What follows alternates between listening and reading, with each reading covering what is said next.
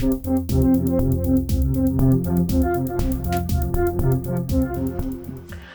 everyone, it's Elizabeth from Elpis Astrology at elpisastrology.com. Thanks for joining me today. So today I am going to do my interpretation of the astrology in the year ahead for 2023.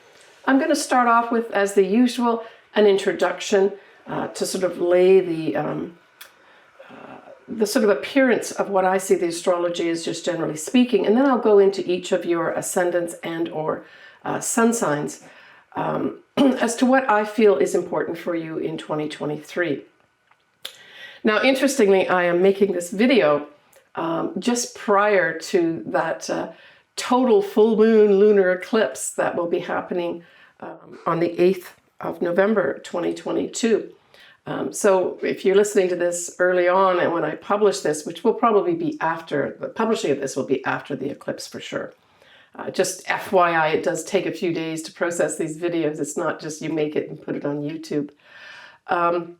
So I will discuss what I feel has happened, etc., at that eclipse and the fallout from it and potential meaning in the future in my December monthly video.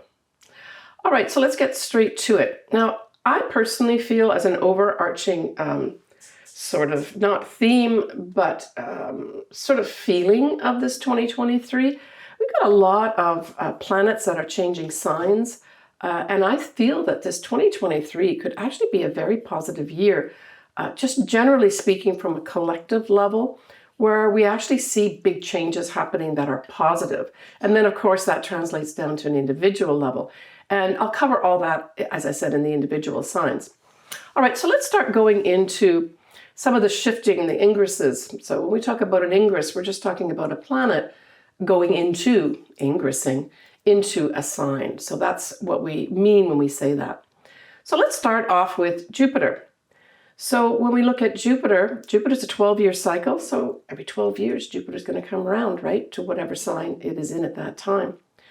Now, Jupiter will go back into Aries towards literally the last few days of 2022, but it'll be fully in Aries starting in January 2023, right the way through mid-month of May 2023. So it's really just there for just under half the year. Certainly if you've got your Jupiter in Aries, you know, this is what's called your Jupiter return year. It's a very lucky year. Like Saturn, Jupiter tends to leave its big gifts and benefits towards the end of when it's finishing off in the sign, not necessarily at the beginning. Sometimes with Jupiter, what happens is events happen or things happen to you that are also unexpected, but somehow shift something for you, especially in terms of where you're supposed to be growing, right? Jupiter as an essence and an influence is really asking us, wherever it is in your chart by transit, to grow there, to expand ourselves, especially from a higher standpoint, right? But it can be like Santa Claus and bring you lots of gifts and benefits. All right, so for those that do have Jupiter in Aries, enjoy that first 6 months or so of 2023. And then, of course, Jupiter goes into Taurus. And this, I think, really will smooth over a lot of Taurians and Taurian ascendances' feathers for not only the rest of 2023, so it's mid-May. It's actually the 17th of May, 2023, Jupiter will ingress into Taurus. And it will stay there till the 25th of May, 2024. I just see this as a really positive influence, not only for Taurians and Taurian ascendants, but for sure for those folks that have been going through Uranus upsets, changes, and just real surprising things popping out of the woodwork. This Jupiter coming in here should really smooth things over and make things just a lot better, bring benefits where there were none, maybe even bring in some money for those folks that need that too, and really maybe help you grow in this area, generally speaking. We take it to a collective level. We're really looking here at growth probably in our money markets and maybe specifically in the real estate, Now, I mentioned in a previous video that there's going to be potentially in November 2022, that line in the sand where in the real estate market and maybe even in investments, things are going to take a little bit of a turn where there's a readjustment. But this now Jupiter going into Taurus has us maybe literally building more things. Construction could start increasing at this time because, of course, Taurus is the master builder, right? But certainly crops and that sort of thing could take on some new type of growth spurt where maybe we're looking differently at the way we grow our food. And certainly just from a standpoint of Jupiter being international, there may be some need for growth internationally regarding food and foodstuffs, right? Especially from mid-May onwards into, the end of May, basically 2024. But anyway, for all those Taurians, this could be something absolutely fabulous for you. And if I were to pick a month, I would pick May 2023 as a really outstanding month with regards to real solid, when we look at Taurus, it's a very solid sign. It moves slowly. It likes to get things right. It's persistent. And so we've got other things happening that will be, reinforcing this whole Jupiter in Taurus. And that's going to be, we're going to have a full moon that's going to be happening towards the end of May. But we also have an eclipse. Actually, it's a new moon, but there's a full moon that's going to happen in Scorpio, also in May. And a full moon, of course, says that the sun's going to be in Taurus. So I'd say May time period, there could be some big shifts on a collective level as well as from an individual level for those certainly that are Taurus or Taurus ascendances. So when we go up and look at Saturn, Saturn's also going to be changing signs. It's going to ingress into Pisces.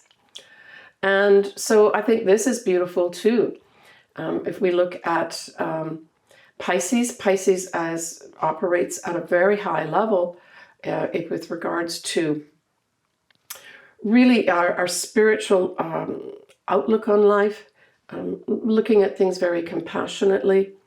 On the extreme end, martyrdom could come up. So there has to be care taken with regards to feeling you're under this obligation. So that's kind of on the negative side. This Saturn in Pisces could say you're obligated to do this. And certainly if you have something that aspects your chart, you might want to, think about that. It's great to be able to contribute to charities and to offer your services, but at the same time, you have to balance your life, right? And bring your own spirituality in to benefit you too. Now, of course, at this time, we're also going to have Neptune is still in Pisces too. So we've got these both out of the planets here, really pulsating away. They're not conjunct in 2023, and so they're operating separately, but they're still influencing spirituality, compassion, charity, that type of thing. Now, the other thing I thought with this Saturn in Pisces was also, Pisces can also rule that realm of drugs and alcohol and just living in a fantasy world too, right? And I thought I love this Saturn in here because it's going to be bringing a reality check. And my hope is that we're going to have some real treatments available for those folks, either from a psychiatric standpoint and or maybe drugs and alcohol, where we're going to see some real progress and some more permanent structures in place that can actually assist those that need it in those areas. I felt very optimistic about that. Now, Saturn takes, in terms of a cycle, Saturn is a 30-year cycle. So every 30 years, approximately, it will be coming round. So in 30 years' time, from 2023, it'll come round again into Pisces. But it won't have Neptune there. And Saturn is about a 2.5-year cycle. So we know that from 2023, we're going to have Saturn in Pisces for about 2.5 years, influencing that sign. So certainly for Pisces that maybe needed some structure, or Pisces ascendants, needed maybe some structure into their lives, this could be your answer, where, or you get some more permanent things happening in whatever area of your life is coming up with the Saturn influence, right? So Saturn ingresses into Pisces on the 8th of March, 2023, till mid-February 2026.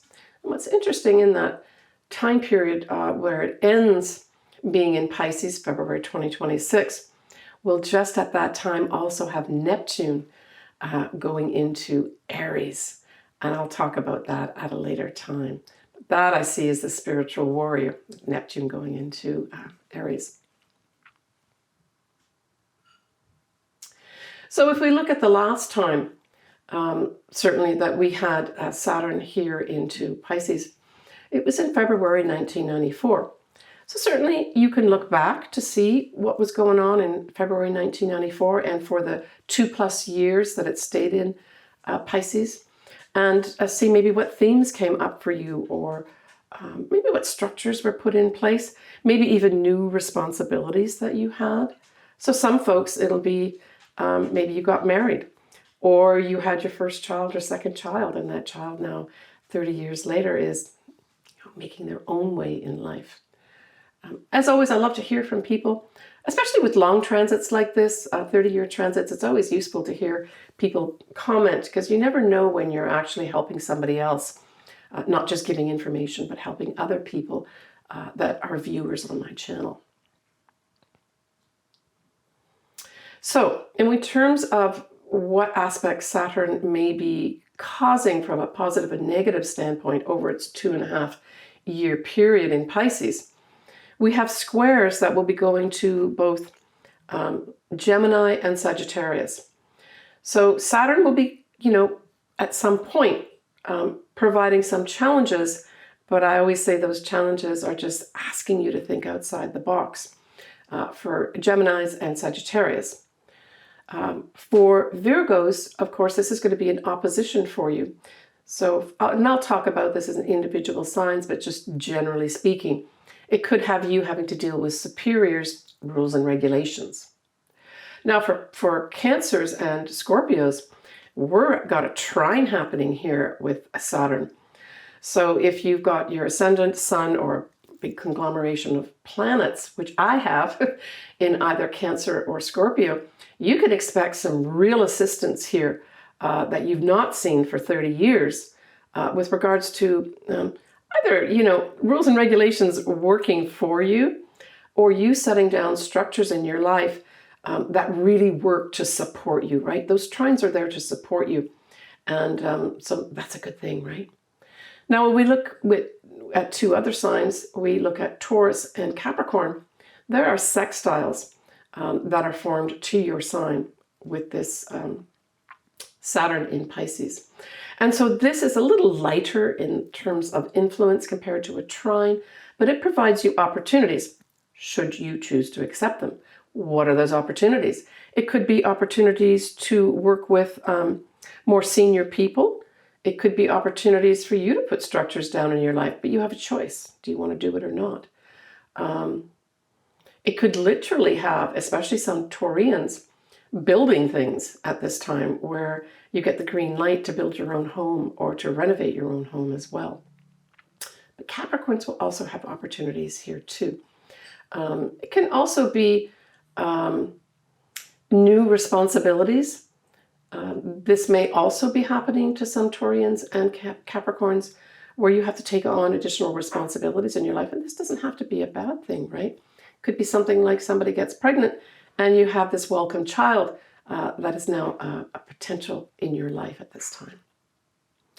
All right, moving down to Pluto. So Pluto is probably, Saturn's big too, but Pluto, really is a long-acting thing here.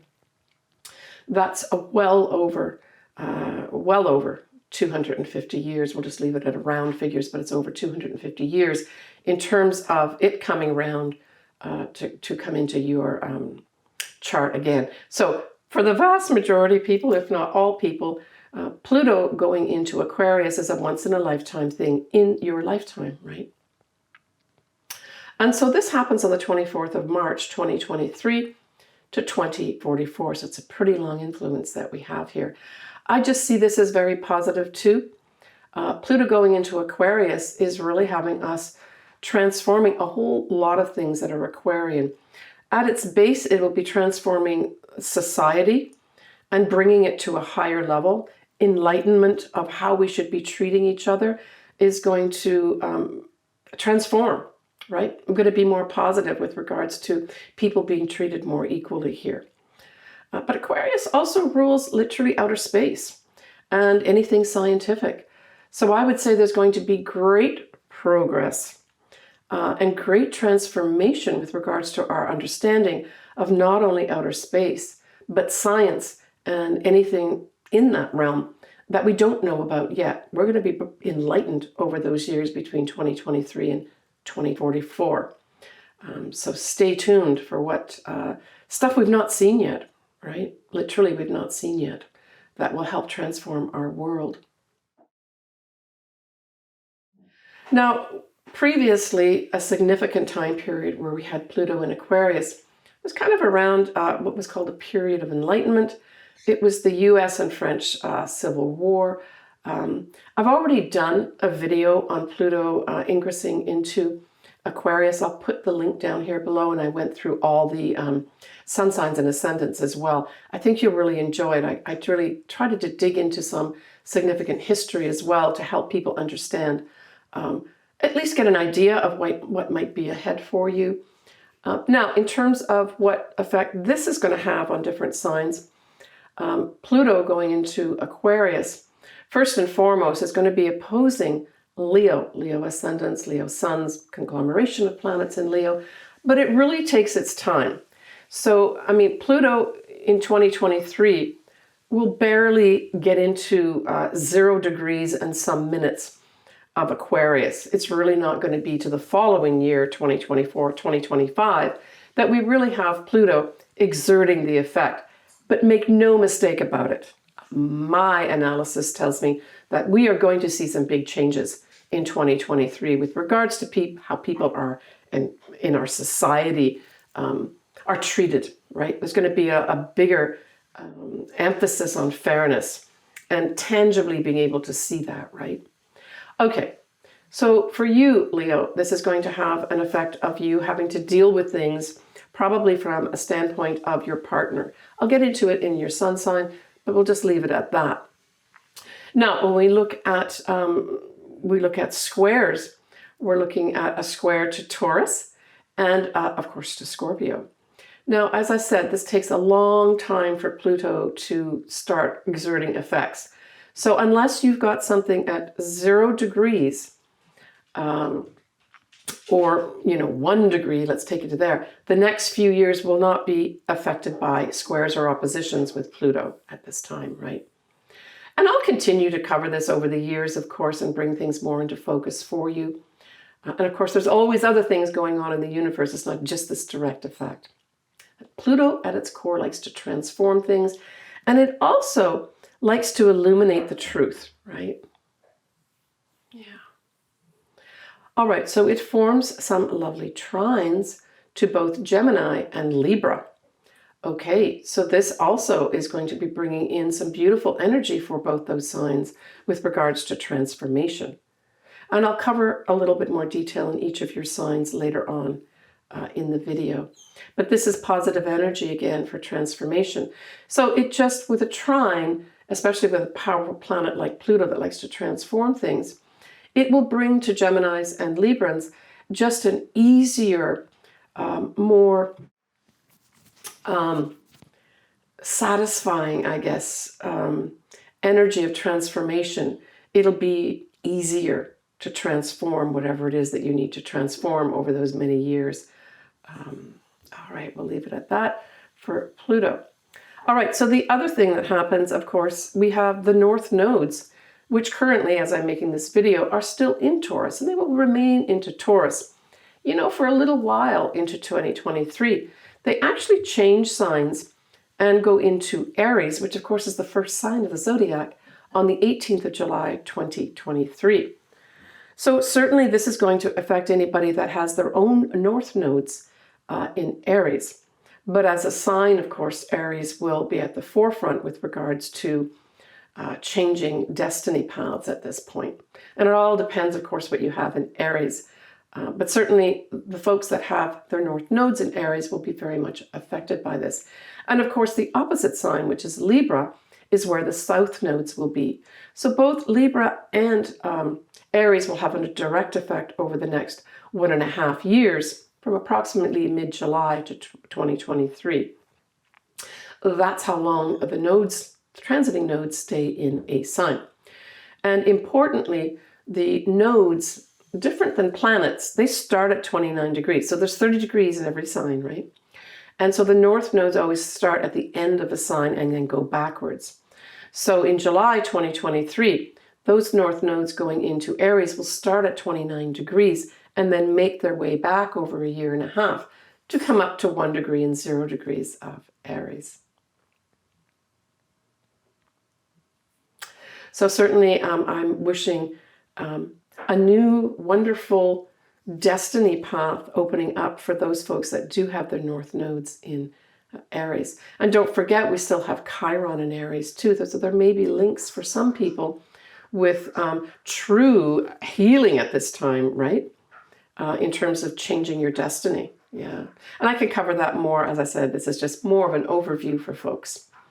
All right, so when we look at any of the retrogrades that are happening in 2023, obviously there's Mercury retrogrades. We've got 3 of them going on. That's typical. We can have more than that in a year, but in this year it's 3 of them.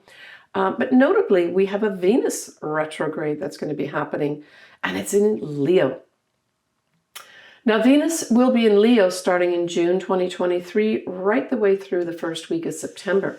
So this really covers that whole period of the summer period, right? And the summer period in many ways, especially like August time period, which is the height of summer, is really represented by the sign of Leo too. But the other thing that Leo represents is true love. It represents children. And individually, it represents our own business. And it asks us to be our authentic self. It gives us potential opportunities for anything creative as well. But the other thing that it covers is royalty. So typically we look at Leo and royalty being covered by that sign. And so I thought from a collective level that we could see between June and September 2023 some kind of big changes and developments with regards to royalty. Now this is a Venus retrograde, so I saw this as a number of things. Certainly when we talk about royalty, a lot of times the first thing we think of is British royalty. And for sure, we already know that this is going on with King Charles. But this time period of June to September, we'll see him changing a lot of things in royalty and the crown. There will be a lot of things that he changes up that will probably be more manifested and put into effect in September 2023. I thought with this Venus, I thought this could actually be some planned changes for those royalty that actually are females at this time. So I saw that as 2 things, British royalty as well as royalty that has females prominent at this time. There may be some changes there as well. And it doesn't necessarily have to be with the monarch or the queen. There could be other women that are very much influenced in here in royalty where there will be some changes. Hopefully, all positive changes. All right, the Mercury retrogrades, the first one that we have happen in 2023 is a Mercury retrograde in Taurus. So again, we're featuring Taurus here again, right? And this is going to start on the 21st of April at 15 degrees of Taurus. And it will go direct on the 15th of May, awfully close to that Jupiter going into Taurus, right? At 5 degrees of Taurus. So this Mercury retrograde in Taurus stays in Taurus. Sometimes it changes signs, and I'll talk about that Mercury retrograde in a minute. So this could have just some of us, this could have a reconsideration on a global level regarding our money markets again, right? Foodstuffs as well. There may have to be some kind of reorganization with regards to getting foodstuffs together during this time period, April to May 2023. But certainly for Taurians, this will directly affect you as well, especially if you've got something around the 15 or 5-degree mark of Taurus. We also have a new moon, supporting this Mercury retrograde going direct. And that's going to be a few days later. The new moon in Taurus at 20. So it's just a new moon, not an eclipse. 28 degrees of Taurus happens on the 19th of May. So again, this whole time period of May 2023, I think is a big, huge time of money changes, food types things, construction, in some respects, our security of ourselves, and the earth that we live on, right, may come up for some kind of important review isn't the right word, but importance that we have to take care of, right? All right, so the next Mercury retrograde we have happen is going to be on the 23rd of August, and that will be staying in Virgo, starting at 21 degrees of Virgo, and then it'll go direct at 8 degrees of Virgo on the 15th of September. Now, classically, we have Mercury retrogrades being a little more important if the Mercury retrograde happens in a sign that rules it. And that, of course, is Virgo and Gemini. So we know that the 23rd of August right through the 15th of September 2023, that Mercury retrograde is going to be important with regards to anything to do with communications, messaging, can be contracts as well. I say with the Virgo, get all your details correct and double check anything to do with contracts and that. Should you have to be signing something, say you've taken on a new job or something, or buying a house or something, that Mercury retrograde asks you to make sure you look at the details, right? The next Mercury retrograde is going to be in Capricorn. And of course, we had a Mercury retrograde happen the end of December, or start at the end of December 2022 too. So Capricorn, you're going to be hit here again by another Mercury retrograde in 2023. That starts at 8 degrees of Capricorn on the 13th of December 2023 and goes direct, but this time it's in Sagittarius. It goes direct at 22 degrees of Sagittarius on the 2nd of January 2024. And we also have with that Mercury retrograde going direct at 22 degrees of Sagittarius being in a fire sign, it will trine the north nodes, certainly in Aries at that time. So that's the 2nd of Jan 2024. So it's interesting, we've got those two signs highlighted here towards the end of the year and early next year, 2024. So check to see, again, 8 degrees of Capricorn or 22 degrees of Sagittarius. This may actually affect you directly.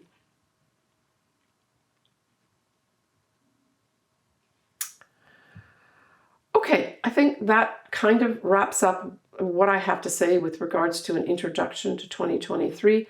Again, I want to leave this with the fact that I feel this is a very positive year for us and that we've got a lot to look forward to that's going to be positive for all of us. But especially for society as a whole healing and society as a whole having a better fairness to and for everyone.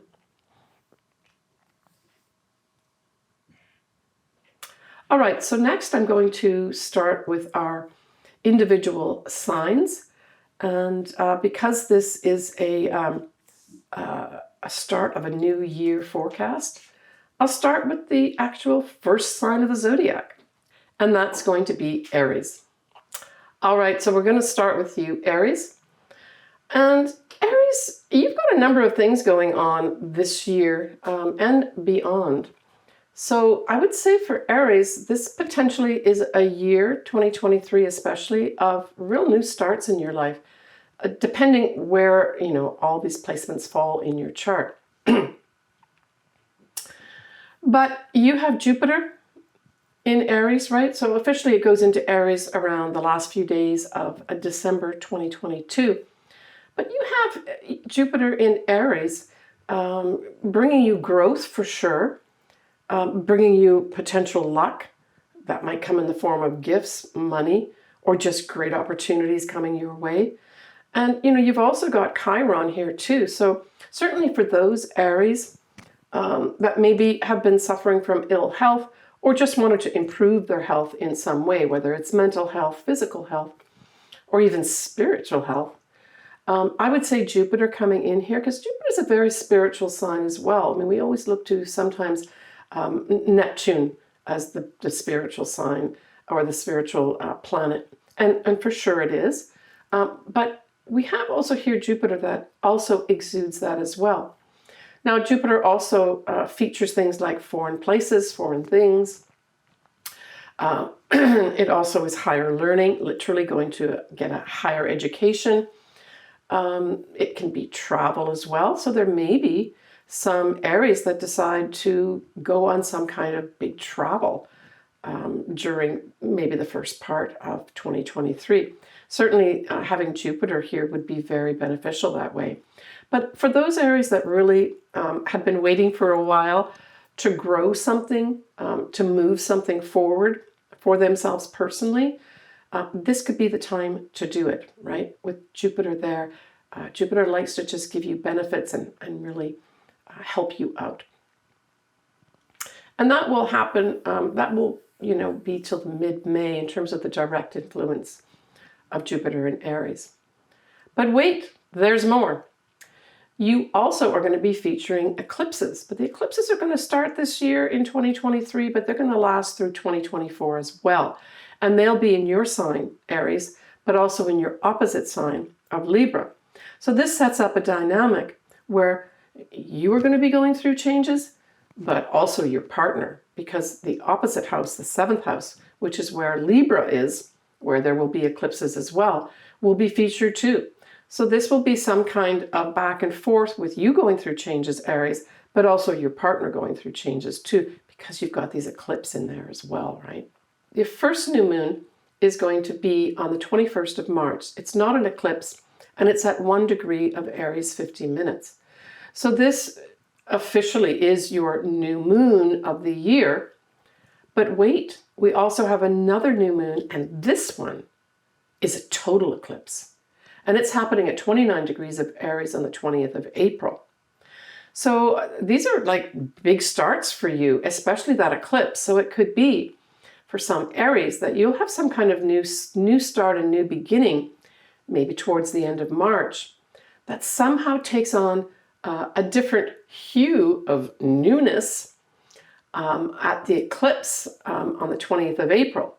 Now, what's interesting about this eclipse, even though it's a new moon and it's a total eclipse, so it's powerful, it's at 29 degrees of Aries. And of course, 29 degrees of any sign is called an anaretic degree, which is a critical degree.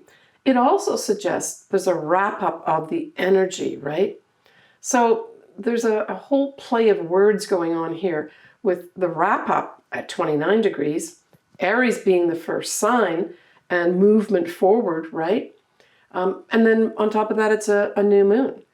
So this suggests to me that some new thing that happens in March time period will have another about face for some reason in April, where you may actually have to either wrap up things or let things go because it's at 29 degrees in order to really go forward and have something new in your life. So I see this as a two-part process for you, Aries, with regards to whatever new things. And of course, again, we have to look at, certainly if this is your ascendant, it's a direct effect on you, right? And can aspect any area of your life. But if we're talking about the sun or a conglomeration of planets, we're looking at what house that's in. That's where you're going to have your new starts, Aries. Generally speaking, for Aries, this is a new year for you. One to take advantage of, for sure, especially with those eclipses happening for you. So that's all going to be early on in the year, right? Now, if we've got eclipses happening in your sign, we also know that somehow the north nodes and south nodes are playing in. So yes, you also are featuring the north nodes in Aries. That starts on the 18th of July, 2023, for 1.5 years. And so this really speaks to destiny path.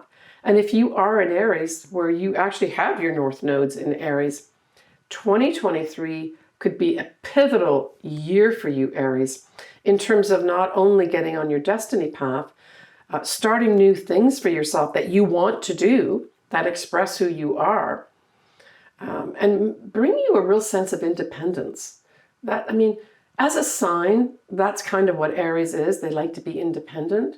But having 2 new moons and eclipses here and the North Nodes featured, wow. If you've been waiting for a long time to be independent, or just to get on some new path that just hasn't worked for you, 2023 could be a big year for you to have that happen.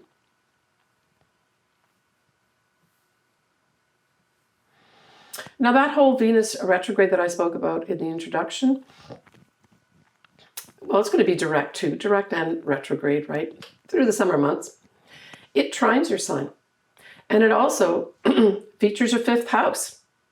Wow, that's pretty significant. So for some Aries, if you have been waiting for maybe a love to either come back, because Venus retrograde a lot of times will represent a love in our past coming back into our life. Certainly Aries could have that happen. You could just have the beginnings of a true love, say come in around June time period that goes backwards and forwards, you know, with the direct and retrograde part of it. And then in September, some decision is made with regards to some love in your life. But it can also represent children. So there may be some Aries that feature children.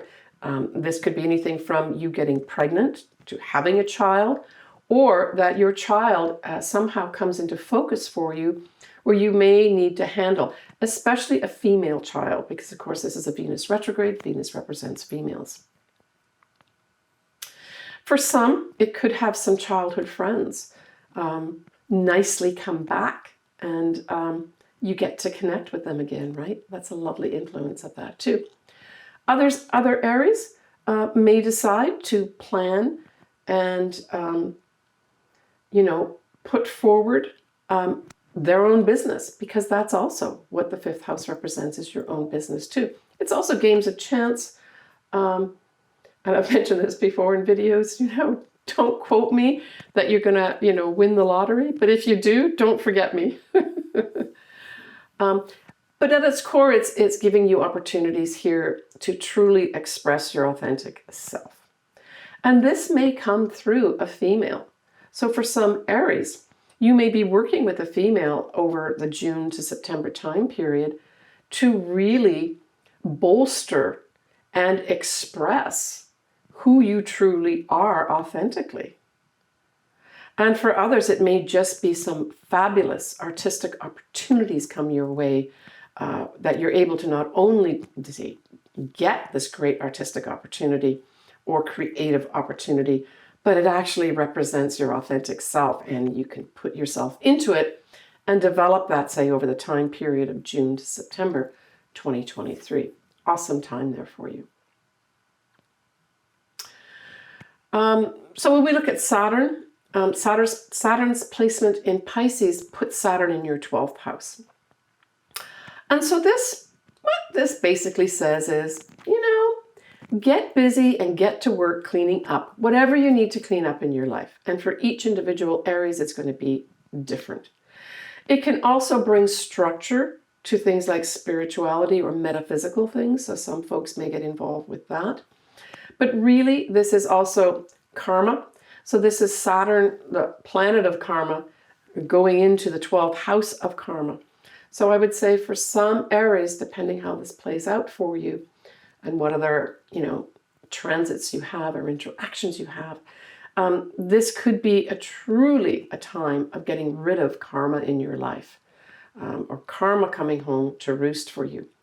I would say the activities for the next 2.5 years with Saturn here in your 12th house, you would benefit from having a harsh look and a very realistic look about what either you've been pushing under the carpet or that just needs to go, that doesn't serve you anymore. And just, getting on with it. Because of course, in 2.5 years, Aries, this Saturn is going to be coming to conjunct either your ascendant, if we're looking at ascendant signs, or your sun, or a conglomeration of planets. Let's just stick with the ascendant. So that's a significant time. Saturn is a 30-year cycle. You only really get a few of these in our lifetime when we look at, say, our working lives, right? So in 2.5 years, you're going to have some significant new responsibilities come into your life. And they may not all be bad, Aries. So it's important when this is in your 12th house to get things cleared up, to get things cleaned up, and take a really realistic view, maybe even a harsh view of what's working and what's not working, and what have I been pushing under the carpet. All right, enough said there. So slow-moving Pluto going into Aquarius will sextile your 11th house. And so this 11th house could be highlighted in a very positive way. Friends may come in to give you lots of opportunities for transformation. Friends could literally bring truth your way, and maybe in conjunction with that 12th house, it'll be helpful for you. It's also the house of, our dreams, our hopes and wishes, what we really would like to have in our life.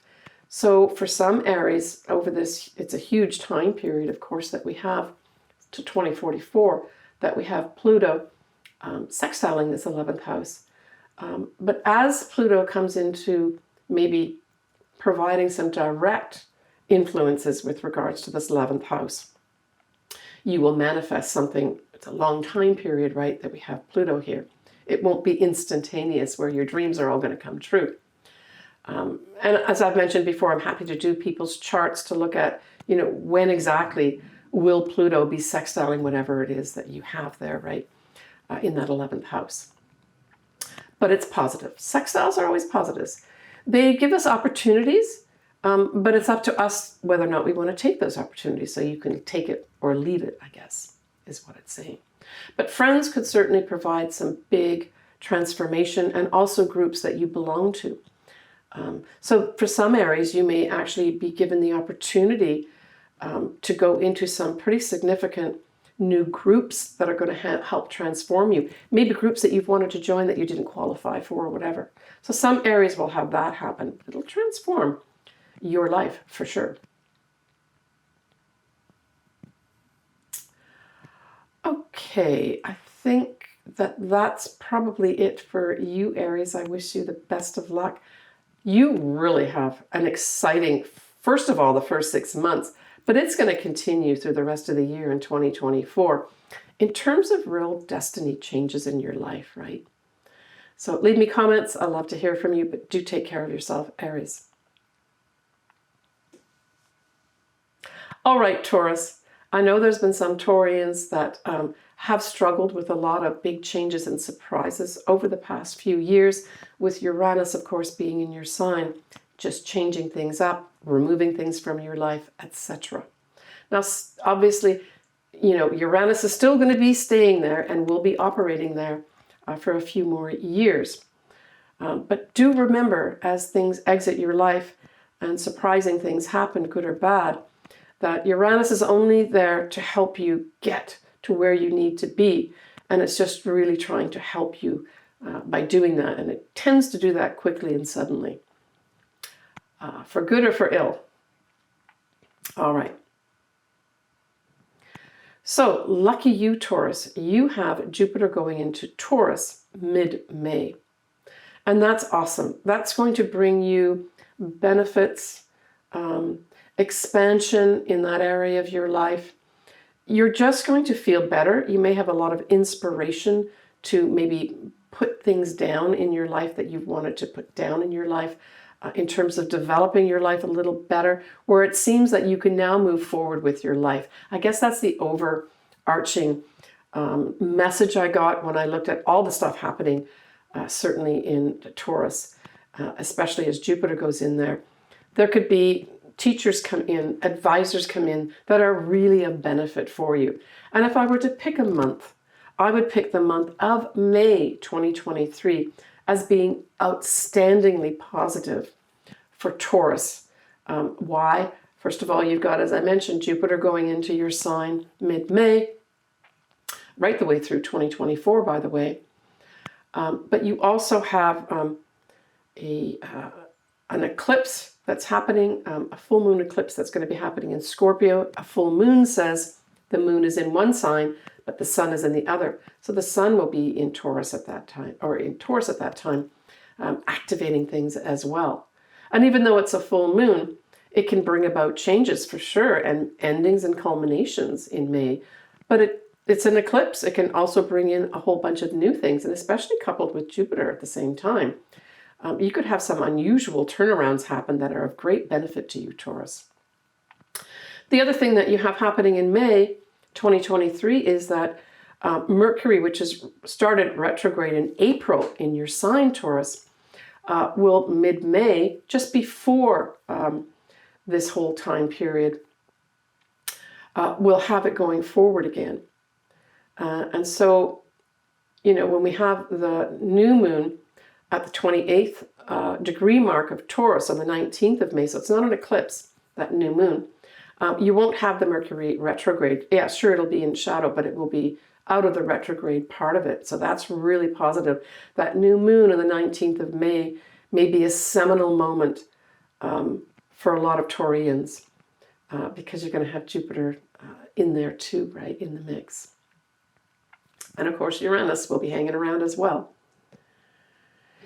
You're going to have a final full moon eclipse, Taurus, that is going to be happening at 5 degrees of Taurus.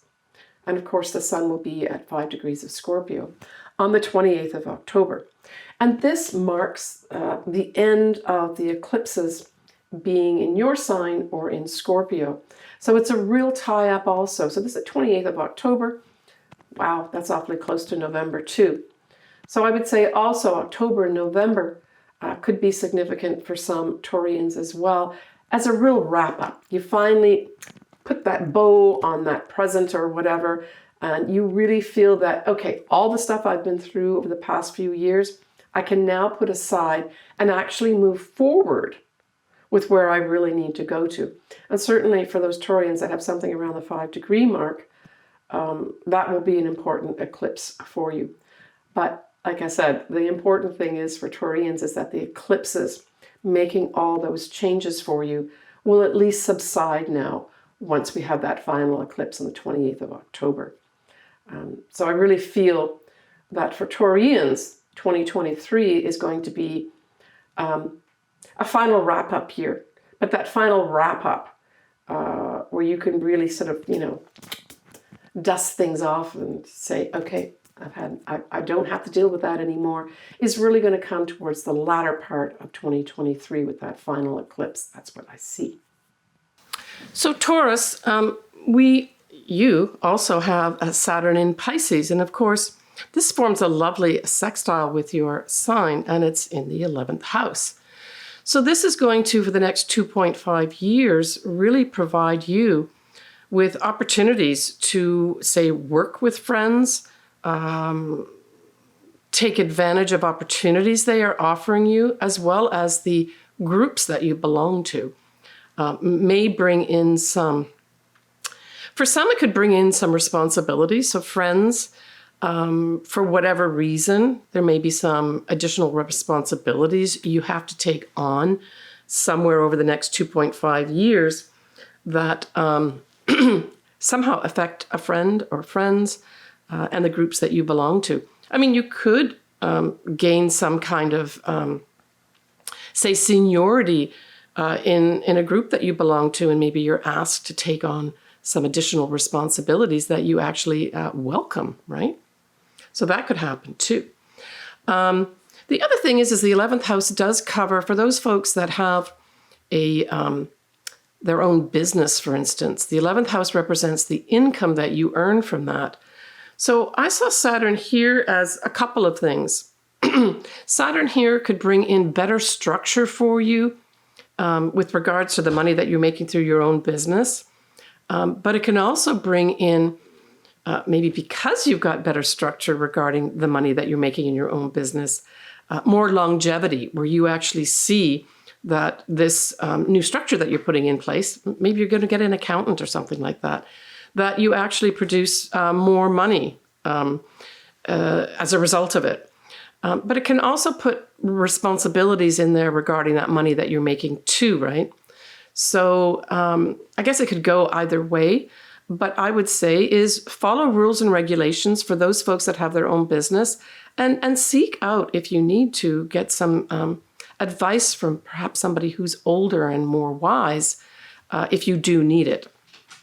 But with the sextile, you're going to be given some lovely opportunities where friends may bring in something that is of benefit for you. Now, when we look at Pluto and Aquarius, this squares your sign, Taurus, and it's in your 10th house of career. Basically, that's what the 10th house is. And so I saw this as a few things. For sure, Taurians, I would encourage you. Now, this is a long-term transit, right? So this is going to be right the way through from 2023 to 2044. So this isn't something that's necessarily going to happen overnight. So maybe take 2023 to get that, 50,000-foot view of your career and look at how your career has evolved over the past while and look at it more objectively, kind of like a third person, and really look at what's working for you in your career and what is not, because this is your opportunity to change it and transform it. It's a once-in-a-lifetime opportunity here for you to transform aspects of your career. Now, for some folks, this may materialize with you starting a whole second career that you want to replace your whole career. So you may have this challenge with the square of trying to do your day job and maybe doing another job that you really want to do, but you haven't got enough money from it. And so that could be some of the square challenges that could be brought in here. For others, some Taurians may actually gain some power in their career and have challenges with regards to maybe dealing with people underneath you, accepting some of the decisions that you make. It's not all negative. I mean, certainly when someone gains power over other people that they did not have before, people don't necessarily say, sure, no problem, I'll listen to what you have to say. And for others, it may just be that you have to learn how to use power in your career, right? And again, that could go back to people in power, existing in power right now for you, that's Pluto, can maybe assist you.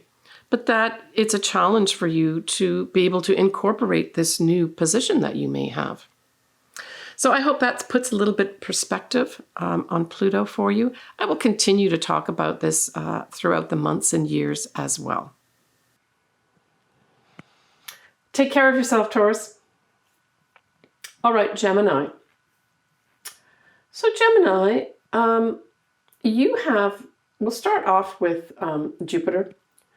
Jupiter is going to provide a nice sextile with Gemini, and your 11th house is going to be featured here with Jupiter. So as I've mentioned different times, Jupiter brings benefits, it brings growth, it can bring beneficial people towards us. So I would say in 2023, the influence, first of all, for the first half of Jupiter being in Aries, providing a sextile to your 11th house of friends and groups, hopes and wishes, I would say that you could have some friends here that could be of great benefit for you. Or friends will turn out to provide great benefits for you. Or the groups that you happen to belong to will provide benefits for you as well.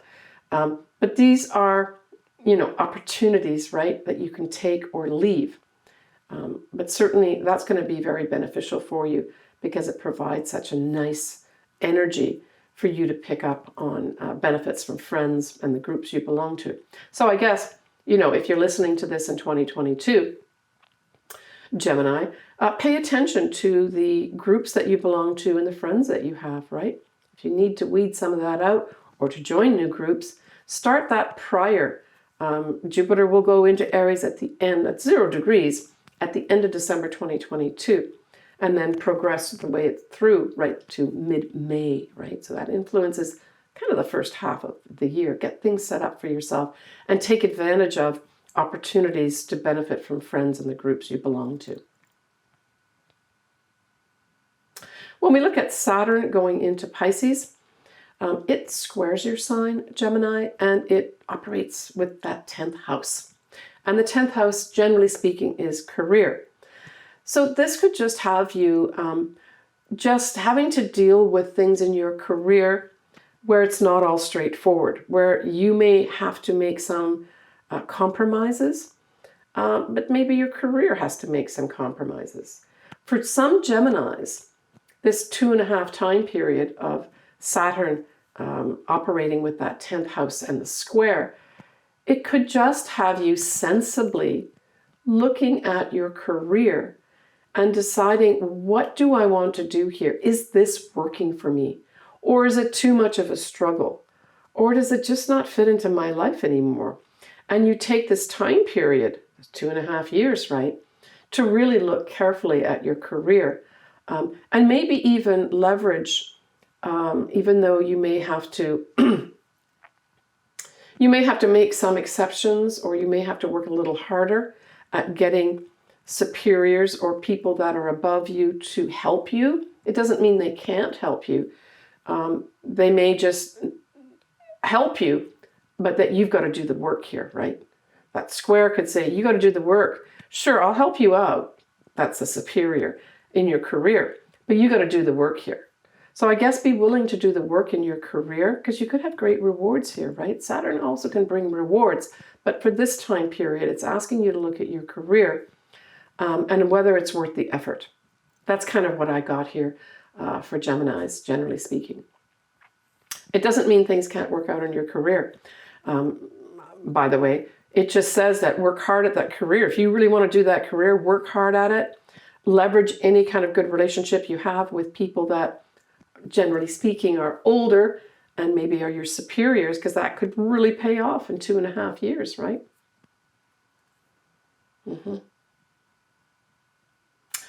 Now, the Mars retrograde that we had starting on the 30th of October 2022 ends in your sign on the 25th of March, but the retrograde itself ends on the 12th of January 2023. And so obviously, Gemini, that Mars retrograde influences you directly.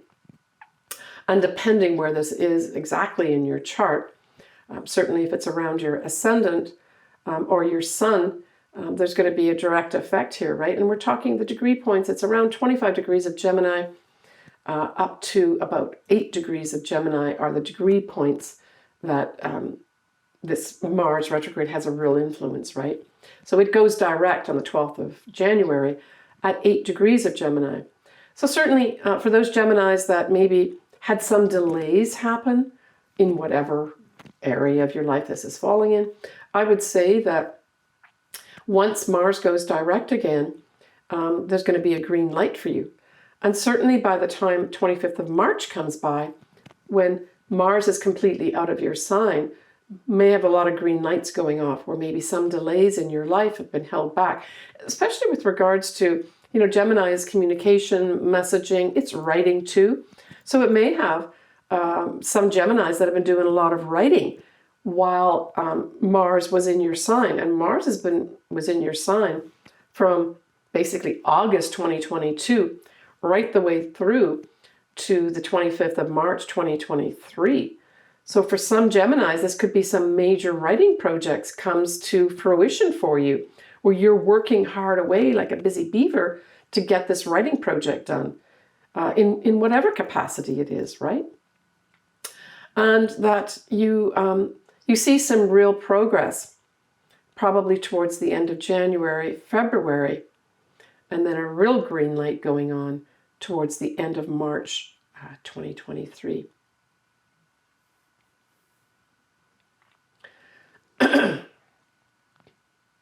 All right, so Pluto in Aquarius forms a trine with your sign, and we know that that's very favorable, easy energy for you, and it's with the 9th house. So the 9th house represents mainly foreign people, foreign things. It can be publishing, it can be the law, it can be travel. It can be higher education as well. So there's going to be some Geminis that will be very favorably having things happen in all or any of those areas, right? So what could this manifest as? For some Geminis, it may be a real successful progress in some advanced degree. A travel project comes to fruition where you're saying, wow, I can now go travel overseas. And it's just a beneficial, favorable time for you. For those that are involved in or get involved in some kind of legal situation, this is going to bring you favorable energy. And the ninth house is ruled by Sagittarius, right? And that's ruled by the planet Jupiter, which is good luck. So the ninth house can be a lucky house too. If you need luck going your way in a legal case, look for benefits in that. Not only next year, when Pluto does ingress into Aquarius, but the following years too, right? That's a long time period that Pluto stays and influences that ninth house, Gemini, to 2044. Yeah, that's a positive influence there for you. So Uranus in Taurus, and then Jupiter in Taurus from mid-May 2023 to approximately mid-May 2024 will basically be operating in your 12th house, Gemini. And so this could be a really positive influence to, again, for other folks when I talk about the 12th house, is to remove the things that are in your life that are either tripping you up or that you put in there that you can get out that are tripping you up. And so these are with that lovely beneficial energy of Jupiter here. I would say really take advantage of any advisor or expert that comes in to help you do this. And for some folks, some Geminis, it may literally be you cleaning up your home where you've been collecting things that you need to get rid of. And this could be, somebody that, like a Marie Kondo that comes in that helps you literally clean up your place so it's all spick and span and it changes you inside, right? For others, this could have, at its highest, Jupiter and Uranus together operating here in your 12th house. Wow, it can bring great enlightenment for you, right? Where you get it. And with Jupiter seeing into the future, there's going to be some folks that get aha moments or epiphanies where they see what they need to do, right? And of course, we know that eventually, Jupiter is going to make its way to your sign, right, Gemini? So that's really going to be more into 2024, 2025, and I will cover that in the future. But the idea is with Jupiter being in your 12th house, get rid of the stuff that you need to get rid of and clean up your life as best you can. You're meant to grow in the metaphysical. You're meant to grow in connecting with higher consciousness, that type of thing. For some Geminis, for some reason, you may have to deal with hidden places at this time unexpectedly. So those are hospitals, government offices, ashrams, even prisons. It doesn't mean you're going to have to go to these places yourself because of something you did. It typically represents other things that are happening in your life or other people in your life. Let's just say, your mother gets sick or something unexpectedly, and you have to go and visit her in the hospital for a short while. That could typically come up with things like Uranus and Jupiter being in the 12th house, right? But aim for enlightenment with that combination, and you can't go wrong, right? Now, Gemini, you have your new moon on the 18th of June at 26 degrees of Gemini. So for those folks that happen to have, say, their birthday either on the 17th or the 18th or the 19th of June, wow, this year is featured with this new moon as ushering in for the whole year new stuff for you, right? So for Geminis as well, this is something you need to take advantage of, especially if you've got birthdays around that time period. Or if you've got, say, an ascendant around 26 degrees of Gemini. All right, Gemini, you take care of yourself. Leave comments as you go through 2023, I'd like to hear from more Geminis with regards to that Mars retrograde, if you like. Bye for now. All right, Cancer. So Cancer, when we look at your sign, I thought something that stood out for me is that you've got 2 full moons in your sign in 2023. And they kind of act as bookends to the year. So you have a full moon early January, and then you've got a full moon towards the end of December, all in 2023. So this said to me that, and these are not eclipses, they are just full moons, there's going to be some real wrap-ups for you, where you're going to be wrapping up some aspect of your life at the beginning of January, but also wrapping up something towards the end of December. And that in between those time periods, you're probably going to be setting up some new things in your life. I would look forward to all that. It's unusual to get 2 moons in your sign, period, whether new moons or full moons. Now, Aries was lucky to have 2 new moons. You've got wrap-ups here happening. And I don't see these as bad wrap-ups. It could have something to do with your home as well, your mother or your family. Maybe you're going to either move to a new home, sell a home, or do both. That could all happen too. But I think safety and security and nurturing are something that Cancers really value. And I see those full moons bringing that in for you in 2023. And that's just an intuitive hit that I got here.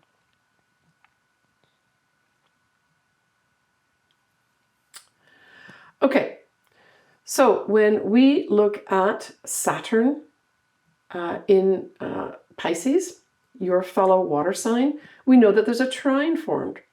So for 2.5 years, you're going to have favorable energy beaming your way, Cancer, in your 9th house.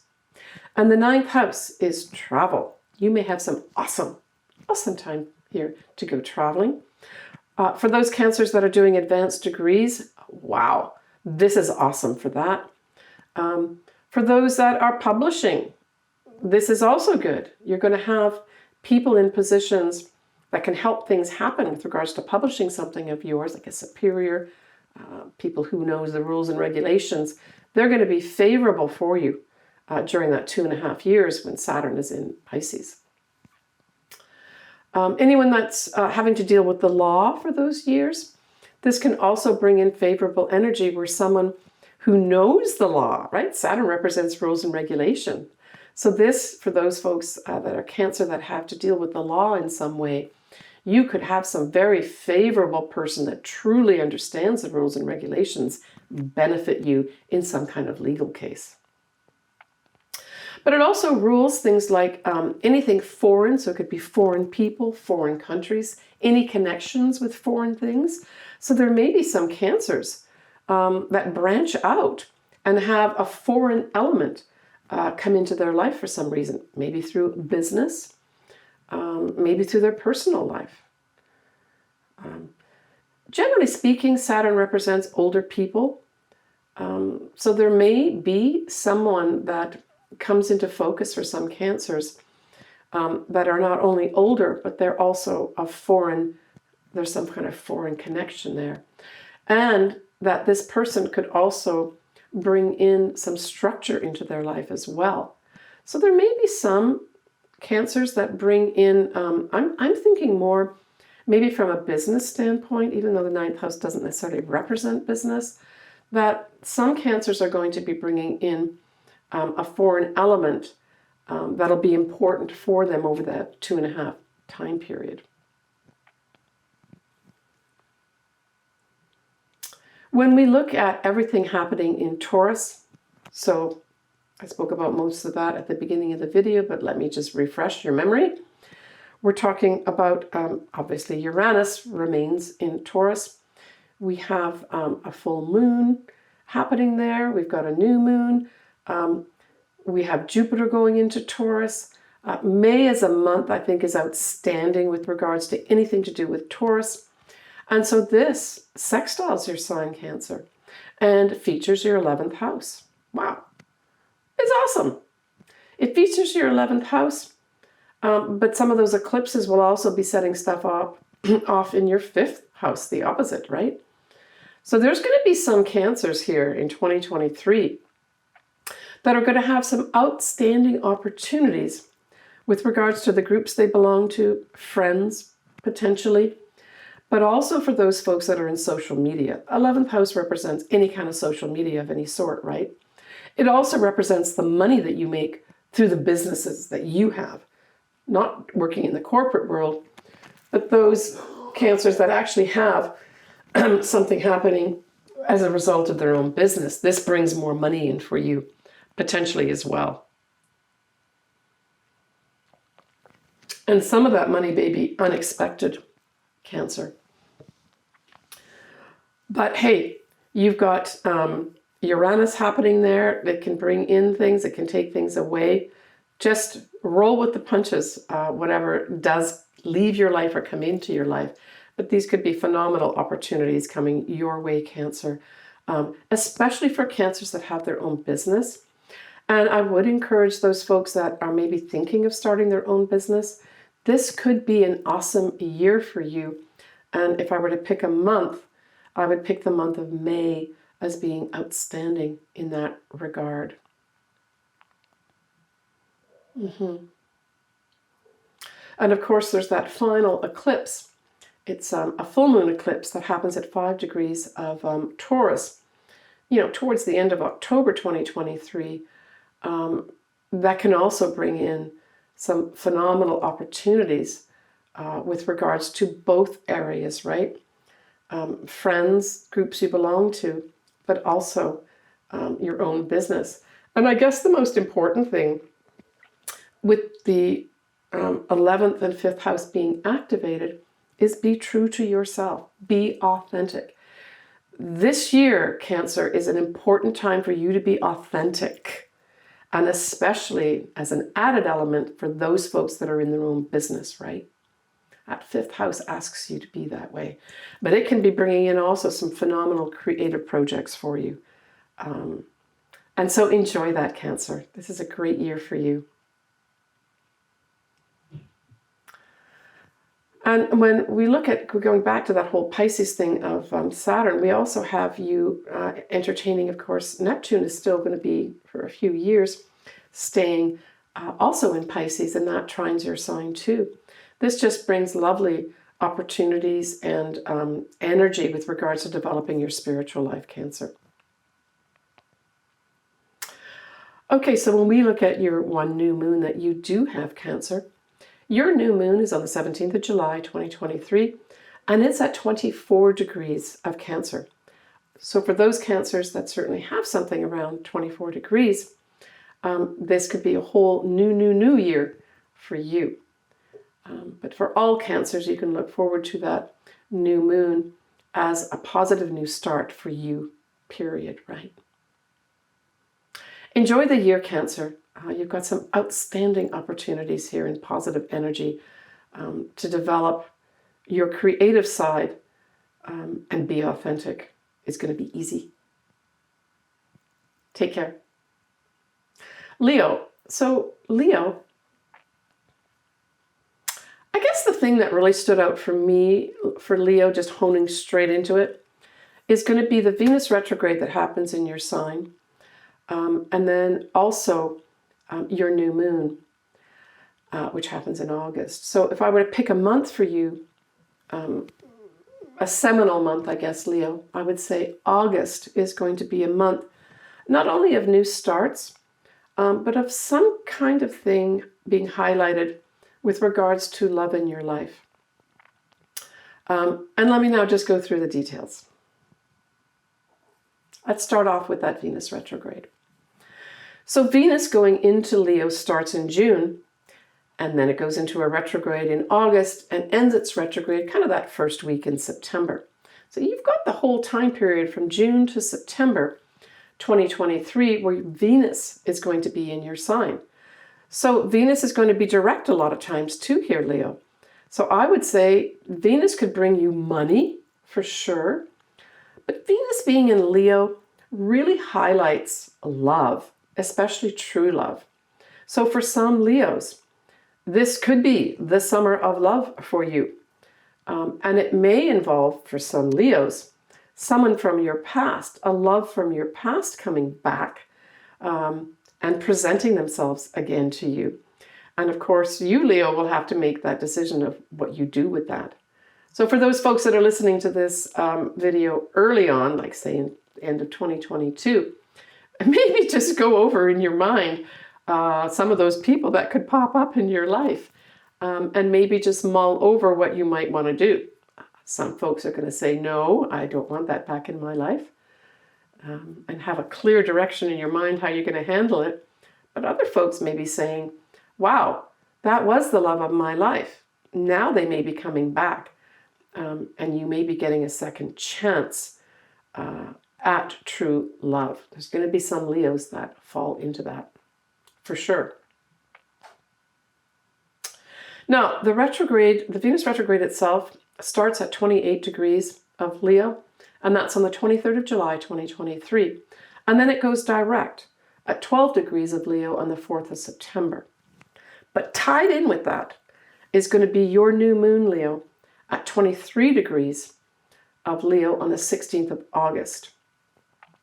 So, as I mentioned when I started off this, I think August may be a seminal month for you, especially for those Leos that are involved in some kind of love relationship situation.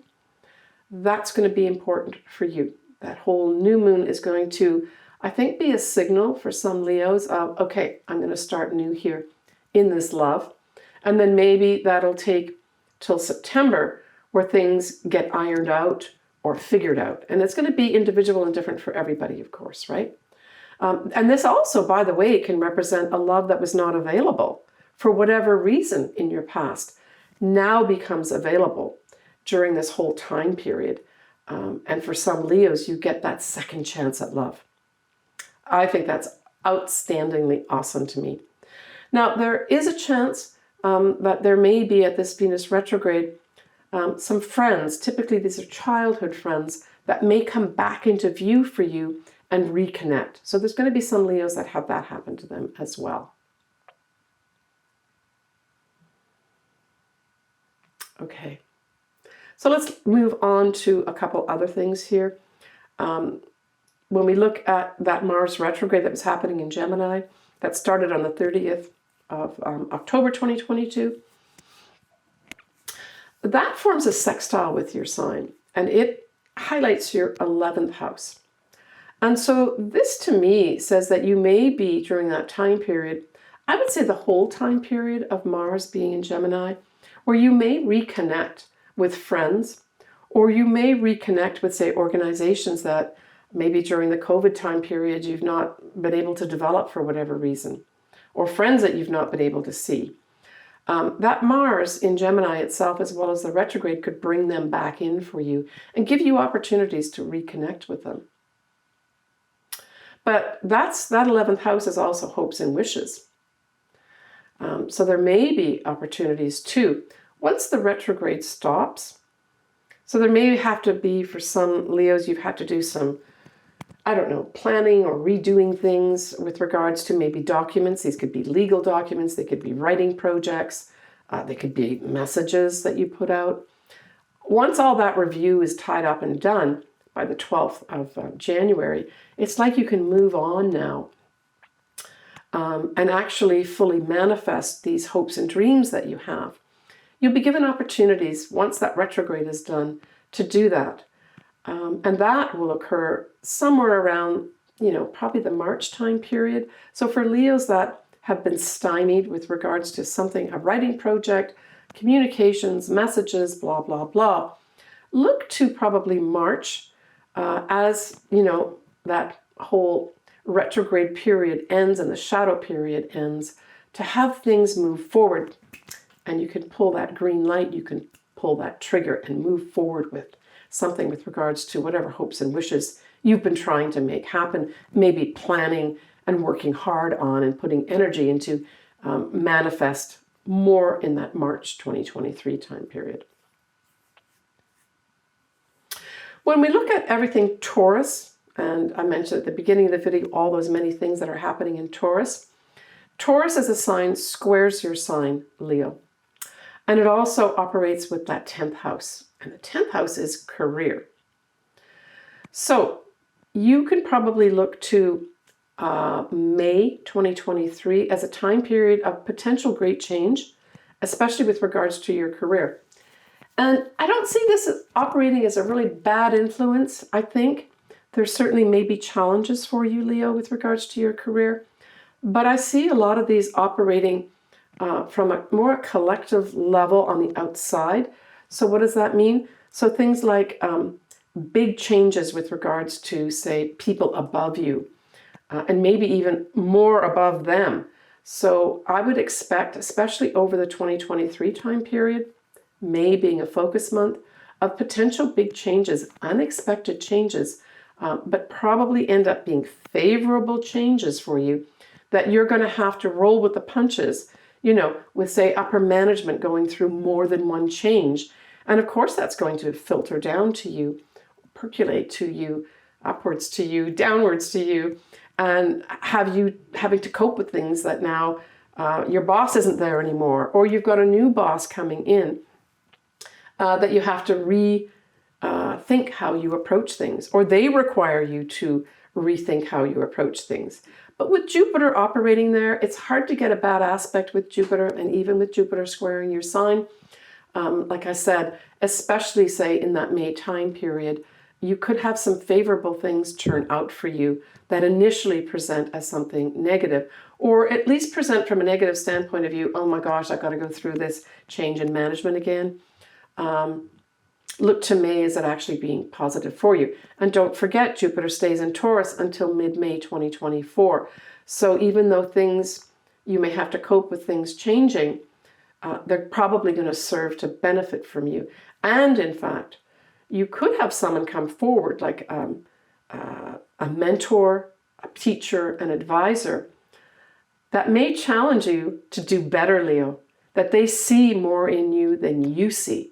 And then that turns out for you to be of benefit as you may rise through the ranks. All right. What else have we got going on here for you, Leo? We have Saturn in Pisces will be in your 8th house. And of course, we have Neptune still there as well. So there's no direct effect here for you in terms of, squares or trines or that, or oppositions. But the 8th house is an interesting house. It represents, generally speaking, we look at it as shared resources, our pensions, our 401ks, our loans, taxes, credit cards, but it's also our psychological selves. It's our sex life as well. It takes that 7th house marriage going into the 8th house and makes it more serious from the standpoint of commitment and deepening, right? So there's going to be some Leos that may have a deepening, a very deep relationship, affect them psychologically, and bring them great inspiration, because we've got that inspirational Neptune there, inspiring them and bringing in a compassionate element for them. So there's going to be some of that happen. There could also be Saturn can bring responsibilities. So for some folks, this is going to be maybe new responsibilities for some investment. There'll be some Leos that decide, I'm going to start making some more investments here, and this has an enduring effect long term for you.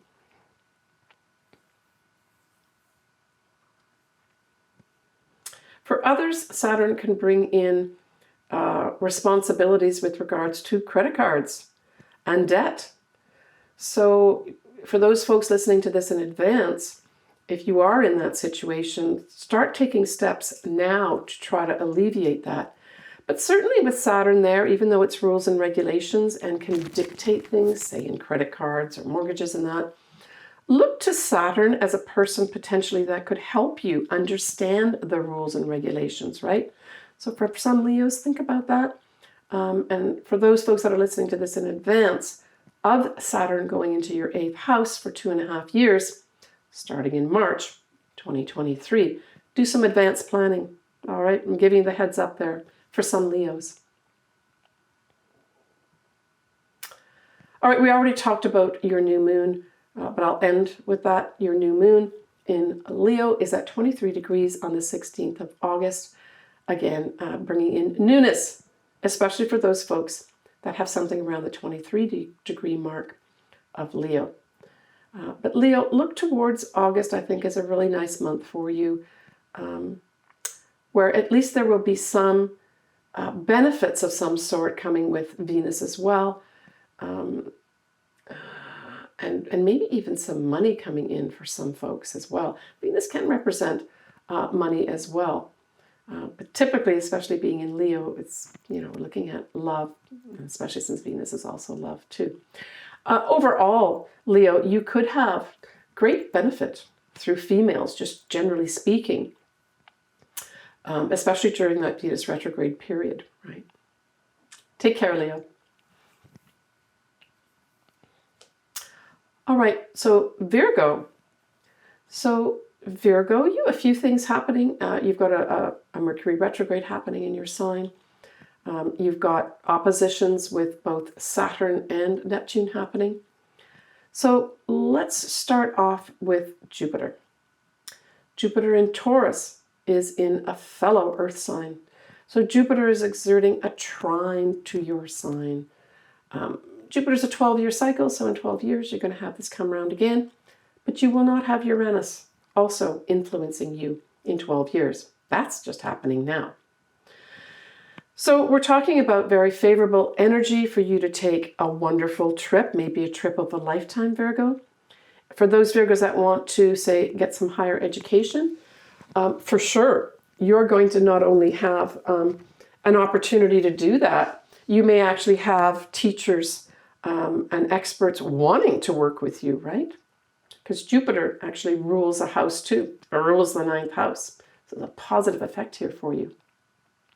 For those that are involved in legal matters, this is going to positively provide you with energy to overcome those. It can bring in a foreign element in here of some sort for Virgos, where foreign people and foreign places or things become important for you. But overall, I saw this as an absolutely awesome opportunity, if you can do it, Virgo, to take a trip of a lifetime. Because Taurus represents luxury type things, sensual things, the good things in life, it adds that element to any trip that you might be taking. So there you go, Virgo. It's up to you what you want to do there, but you've got some really positive influence with anything to do with the 9th house. And certainly for those Virgos that are, say, writers or publishers or need to get things published, this is also an awesome time for you to get things published as well. You'll have people working for you, a benefit. So when we look at Saturn, that is in Pisces, and obviously Neptune is there too, we know that that is your opposite sign, Virgo.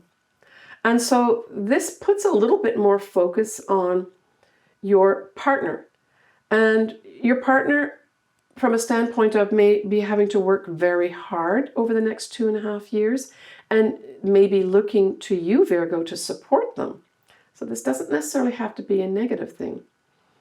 But it can also bring in new responsibilities that your partner takes on that influence you. And again, this doesn't have to be a negative thing. It's just that you're not doing it, Virgo. It's your partner doing it. And as a result of the opposition, it affects you, right? Your first house. So it's the first house, 7th house. That's being aspected here with Saturn. The other thing is with Saturn there as an opposition, from a positive standpoint, some Virgos could actually benefit from an advisor too. I mean, Saturn represents usually somebody older than you. And so for some Virgos, this may be an advisor comes in that knows the rules and regulations and the lay of the land, and they can actually help you out. So this is kind of like I saw this more as you pay someone to help you, as opposed to someone doing you a favor, right? Hey, that's okay. It can also bring in a person who's older than you in a sort of a marriage type partnership or a serious relationship.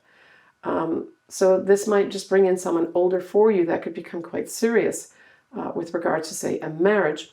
It can also generalize to sort of business partners too.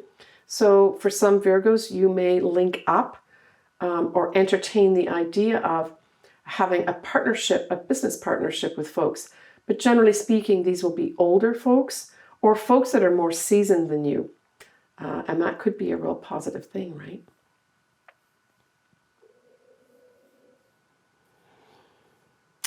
Okay, when we look at Pluto, so Pluto is going to be operating with regards to your 6th house.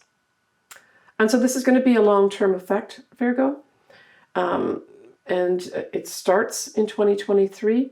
The 6th house, generally speaking, represents things like your day-to-day job. So it says basically that your day-to-day job could take on a major transformational role for you for many years to come. But it can be a two-way symbiotic type thing too, where the job transforms you, but you in kind may transform the job that you do day to day. It also has to do with your health. So I would say having Pluto in the 6th house is a phenomenal time to make major changes with regards to your health, whether it is your nutrition, whether it's the exercise program you do, or even your mental health. Because Pluto is very much related to like the inner workings, the psychology as well. Why? Because Pluto rules Scorpio, and Scorpio is very much involved in the psychological aspects of our lives. So any or all of those things would be useful to transform your life. It can also bring in people of power that will be important in your job at this time. It can also mean that some Virgos may have to step up and assume a very powerful position in their day-to-day job. All those could be ahead for you, Virgo. When we look back at that Mars retrograde that ends on the 12th of January. So we look back at that Mars retrograde that ends on the 12th of January 2023. In fact, anytime Mars in Gemini is in your sign, so that's anywhere from started in August 2022 and ends on the 25th of March 2023, it influences your 10th house. And it influences it in a way that will actually make you challenged in some way with wanting to move forward. So you want to move forward with progress in your career. That Mars retrograde from the 30th of October through the 12th of January 2023 may have seen a couple things for some Virgos in their career. Either they had to go back for training, and certainly Virgo, if that's up for you to get trained or retrained in maybe some new aspects of your career, that is a phenomenal way to use the Mars retrograde affecting your 10th house of career. But it could also have some frustration for some Virgos where you can't move forward with some aspects of your career and you seem to be stymied. That's okay. Look forward to February and in particular March, where there's all systems go, where you're going to be able to move forward with regards to any aspects of your career. Spend the time redoing what you have to do, and if part of that is training, or either training or rewriting things even with regards to something in your career. Just buckle down and do it, and know that March is going to be a better month for a green light for you to move forward, especially for those Virgos that are doing some kind of writing projects, proposals, anything in that realm. Or even waiting to receive a message to get that green light. Look to more February, March for that green light to happen. Don't get frustrated though, okay, Virgo? Don't get frustrated. Just put more time into planning and maybe rewriting. I hope that helps some Virgos out here. All right, so you have a Mercury retrograde that stays in your sign from the 23rd of August to the 15th of September 2023. And because Mercury does rule your sign, Virgo, I would say that time period could also be a time period where messages get lost. And don't forget, during this time period, we also have Venus retrograde operating around the same time period. So I would say that pay attention to the details. Virgo, you are known for paying attention to the details. But that time period is going to be a good time for you to pay attention to the details of any messages you send out, any writing that you do, but in particular, any facts and information that you have to examine with a critical eye. Do a double take on all that before you then send it to whoever you need to send it to, because some of it might be wrong. So do a double check during that time period with regards to any kind of critical information or facts that you may have to pass on to other people, or other people are counting on you to produce something. Doesn't mean it won't all turn out. Just take the time to do your Virgo stuff. Critical eye, double checking. So Virgo, your new moon is going to be at 21 degrees Virgo, 8 minutes on the 15th of September 2023. So certainly for those folks that have a birthday either on the 14th, 15th, or 16th of September, this is a super new year for you. But generally speaking, this is a new start for all Virgos. I like this time of the year too. September always has, for me, represented a really nice time where it's not quite cold in certain parts of the world, but it's not really, really warm either. It's just that time period in between where we can sort of just have more equalizing of energy at this time. But Virgos, I wish you all the best during that start of your new moon. Take care of yourself. I'd be interested to hear from those folks that want to comment during that the actual retrograde of Mercury in your sign, what actually came up for you. I'd be interested to hear. Take care of yourself, Virgo. All right, for Libra. All right, so Libra, when we look at Jupiter being in Aries, we know that it's opposite your sign. So at least for the first part of 2023, you will have, lucky beneficial Jupiter in Aries, representing an opposition with the 7th house.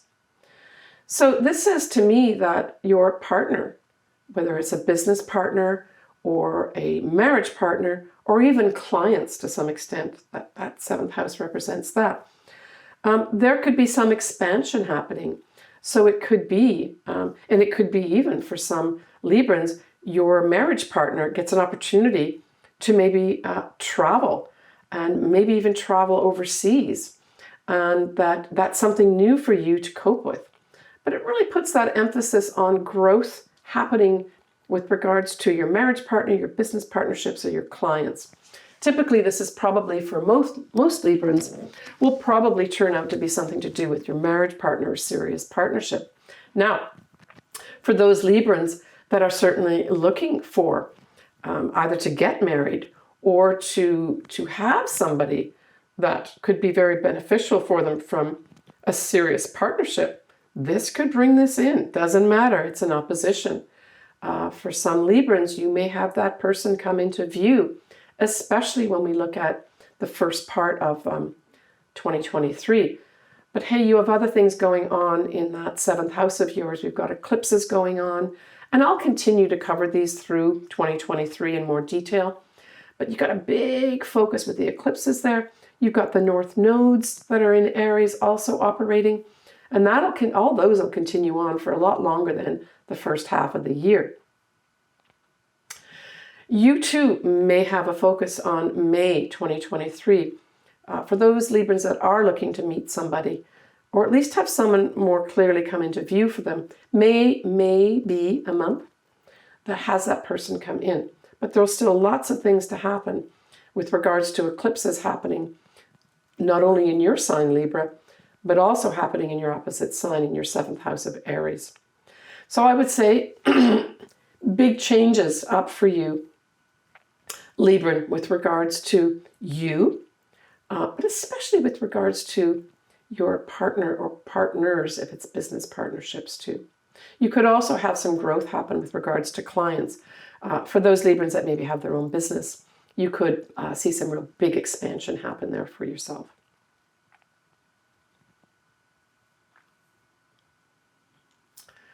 And certainly when Jupiter goes into Taurus, it will then go into your 8th house. And so I just saw this as, wow, phenomenal time period for you to develop your investments. Jupiter is the kind of potentially a financial advisor that gives you great advice to invest. It can just, generally speaking, for some Librans, have great growth in any investments that you have. Positive effect.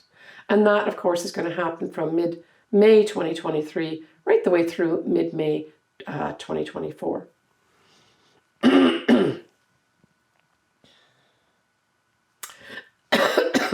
So we're going to have Saturn in Pisces along with Neptune. But Saturn's going to be in your 6th house for 2.5 years. And really, just Saturn in your 6th house of day-to-day work says you're going to be working hard. You also may take on new responsibilities at the job that you do. You also may have to look at your health a bit. Saturn in the 6th house says maybe time to take a look at what you've been doing with regards to your health. You may decide to set up some new structures with regards to, say, a more disciplined program with regards to, say, your exercise program. Or even, you know, it can be your mental health as well as your physical and nutritional health too.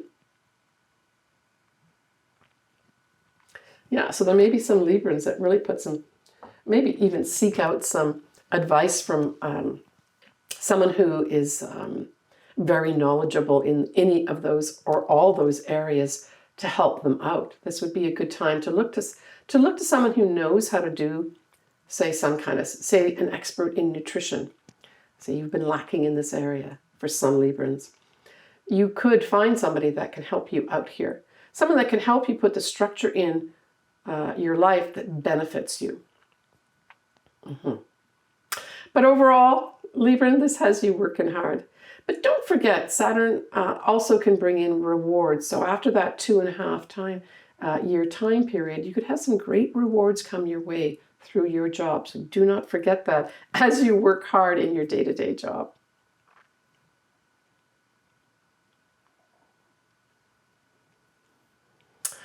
We have that Venus retrograde that's happening in Leo throughout the summer months will be sextile in your 11th house. And when I saw this, I immediately thought, for some Librans, this could make a friend turn into a lover. Or I guess vice versa, that could happen too, during the summertime period. So that's something positive for some Librans. And that kind of sort of dovetails in with that whole Jupiter in the 7th house too, right? So this could have you having some lucky opportunities for love, and especially through friends that you have. It doesn't mean that it has to be a friend that becomes a lover. It could be that a friend introduces you. So leverage those opportunities, right? Especially during that time period of the Venus either being in Leo or the retrograde. That's all the way from June, right the way through September 2023. It's also the groups you belong to. So it suggests that you could have opportunities for love in the groups that you belong to too. Something to potentially look forward to. You're going to have opportunities here, Libra. But opportunities you can either take or leave, right? The Mars being in Gemini, either by retrograde or direct, will trine your sign, and it'll aspect that 9th house. So this could have you dealing with a lot of foreign people or foreign things for some reason. And I would say it's to do with writing or some kind of messaging. Or working with groups of people that have a foreign connection. That's what I saw overall for Librans, just as an intuitive thing. For some Librans, it could have you literally going to a foreign land, especially as the Mars retrograde goes direct. So we're really looking at sort of that February, March period. May have some folks getting an opportunity, an awesome opportunity to go work overseas. It could have some other Librans deciding to get an advanced degree. It could have some other Librans publishing some work too.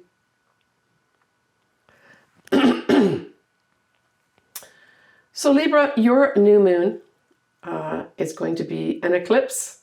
How awesome is that? And that's going to be at 21 degrees of Libra on the 14th of October. So I would say overall, of course, the focus is going to be on those folks that have anything at 21 degrees of Libra, like an ascendant or a sun. But I would say this is going to affect all Librans. This could be a whole new start for you in October, where you're really able to see a big change for yourself, right? These eclipses are going to come. The exact degree won't come for another 18 years again. You'll have something similar in about 9 years or so, aspect your sign. But generally speaking, these are things that happen every once in a while. So take advantage of that new moon. So you've got quite a few months if you're listening to this at the early part of 2023 or the end of 2022. Libra, you've got some phenomenal opportunities potentially to start some new things in October 2023. Take care of yourself, Libra. All right, so we're moving on here to Scorpio. And Scorpio, of course, you've been hosting those south nodes of the moon in your sign. And you will for a little while still. But they will in 2023 change and go into Libra. So in many respects, Scorpio, this is going to be a little bit of a tie-up year for you, especially with regards to having to either physically let things go, mentally let things go, change the way you think about things. This is a tie-up year for all that. So whatever huge energies, and a lot of Scorpios have been putting in huge energies to change their lives,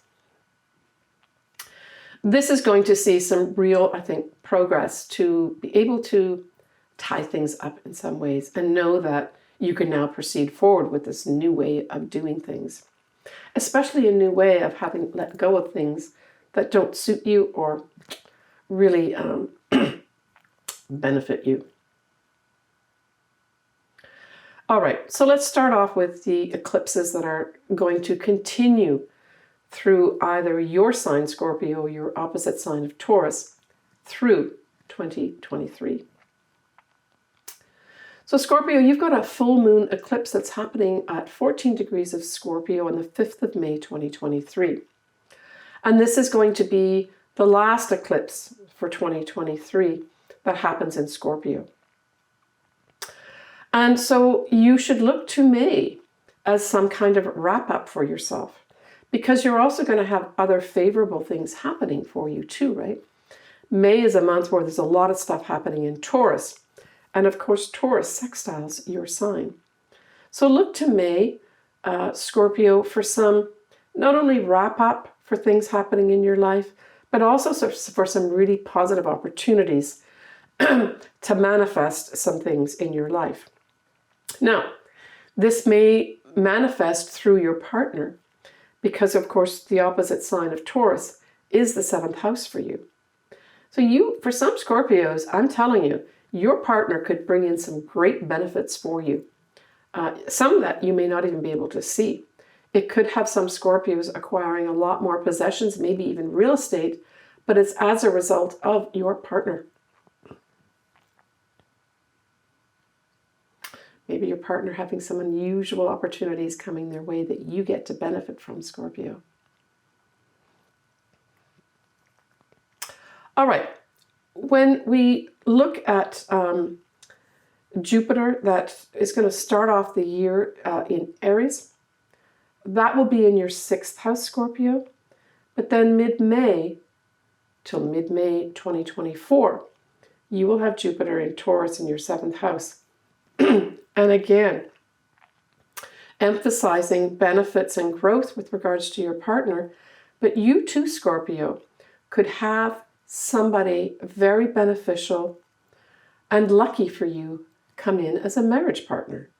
So for those Scorpios that are there looking to get married, certainly May could be an awesome month to get married for Scorpios, but it could be the month that somebody appears for you that's of significance, that has some longevity for you with regards to a relationship. And that could be of great, great benefit for some Scorpios here. So even though it's an opposition, it doesn't really matter. That Jupiter in your 7th house could bring into view someone that's of great benefit to you from a marriage standpoint. But it can also affect business partnerships, right? Because that whole Scorpio Taurus axis is also, generally speaking, to do with money. So this could have some Scorpios also develop some phenomenal business partnerships at this time too. And for those lucky Scorpios, you get both. A great marriage partner as well as awesome business partnership developing at this time. So good luck with that, Scorpio. Very excited for you. And kind of supporting that would be Saturn going into Pisces, and that aspects you by a trine, because you're both water signs, but it aspects your 5th house of true love. The 5th house is other things too. It's being creative projects, being authentic, it's children, that sort of thing. And because it's Saturn, it could have some new responsibilities with regards to, well, first of all, it could bring in a serious love relationship, but it could also bring responsibilities to maybe having a child come into your life, and maybe even a pregnancy for some Scorpios as well, if that's what is on the cards for you. But it can also bring, for those folks, Scorpios that are very creative, this could be a phenomenal time for 2.5 years, right? Saturn's going to be in your 5th house, aspecting your 5th house. I would say this could be a very, very productive 2.5 years for some Scorpios with regards to anything creative. And it doesn't mean you have to be painting pictures, although there will be Scorpios that do that. But anything in the creative realm could be absolutely outstanding for 2.5 years, where you get some real tangible things come creatively through your own expression of your authentic self. But some of that expression could come as a result of a child and or a true love coming your way as well, right?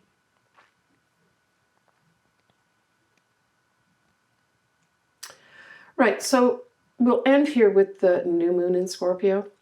Your new moon, Scorpio, is going to be on the 13th of November, and it will be at 20 degrees of Scorpio. So again, let's look back to your chart and see what you have in Scorpio here. So certainly for those folks that say have their ascendant or their sun in particular at say 19, 20, or 21 degrees of Scorpio, this will bring in a lot of newness for the whole birthday year, right? So for those folks that have their birthdays, the 12th, the 13th, or 14th, there's a direct effect here of some new start for you. So enjoy that new moon, Scorpio. Okay, Scorpio, I would love to hear from you, of course, too. I'd like to hear from Scorpios that are affected by that eclipse, that final full moon eclipse in Scorpio in May, because May is a big sort of seminal month for Taurus and Scorpio in particular. For those Scorpios that are okay about commenting, I'd like to hear from you in the May time period to let me know what's happened. Best of luck, Scorpio. Bye for now. All right, for Sagittarius. Well, Sagittarius, you have a few things happening. That Mars retrograde that began on the 30th of October 2022, that ends on the 12th of January 2023, is in its opposite sign in Gemini. So there may have been some Sagittarians that had to deal with some aspects, and it could have been something as simple as writing, where you had to probably rewrite things that you were required to rewrite. Or there was a project that came forward to you that required you to go kind of in your own little world to write something, where you had to put the full effort into it, and then work with others to maybe incorporate from a group effort. But you had to do your part. So the retrograde part probably is you working on something, and then you have to put something forward to work with the group. There's going to be some Sagittarians that have had to do that. But know that whatever project you've had to work on, that may have required you to be diplomatic, right? That's all going to move forward once we get out of the retrograde, but look really probably more for March to be a time period where that green light goes on, where whatever work you did in tandem with other people's becomes something of substance and can be moved forward and maybe even published. There's going to be some Sagittarians that falls into that group. Look to March, Sagittarian. Don't be frustrated when you have to work with others and people aren't respecting what you're writing or doing or messaging at that time. But being in your opposite sign, this can also have a focus on partners. So there could be, for some reason, your partner has had to undergo some kind of, maybe something as simple as training, and was kind of out of the picture a bit, where they couldn't maybe work with you from a personal standpoint. They had to take care of this, maybe even a training period of some sort, but it affected you directly because your partner was more occupied with doing that. That will all change in March 2023, where things start going forward again. It can also bring in a male into focus for some reason, just straight off as it is. A male may have been important with regards to, it could be a serious relationship for some Sagittarians, but it could just be a male was influencing you from some standpoint, maybe even a business standpoint. So for some Sagittarians, this may be, one of your business partners you've had to work closely with to maybe put together some messaging of some sort, or a writing project of some sort.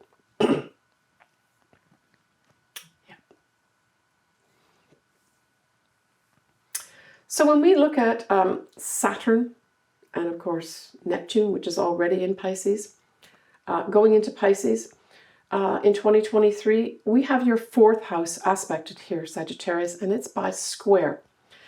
So what this tells me is that there's going to be some new responsibilities come your way with regards to your mother, your home, maybe your childhood home, and by extension, your family.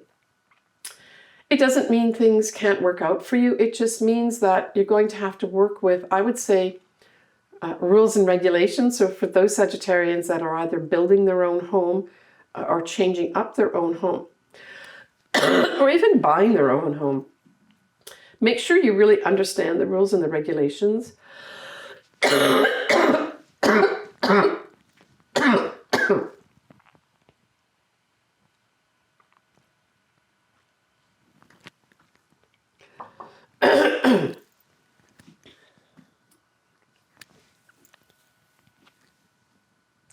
So for those Sagittarians that are, say, buying their own home, constructing their own home, that type of thing, I would say this tells me you must follow the rules and regulations regarding that.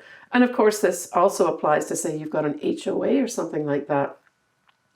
Read the fine print with regards to, the CC&Rs, as they call them, and make sure you're not doing something wrong that you could be caught up on. And please listen to what I'm saying here, Sagittarians, especially for folks that are buying new homes where there's an HOA.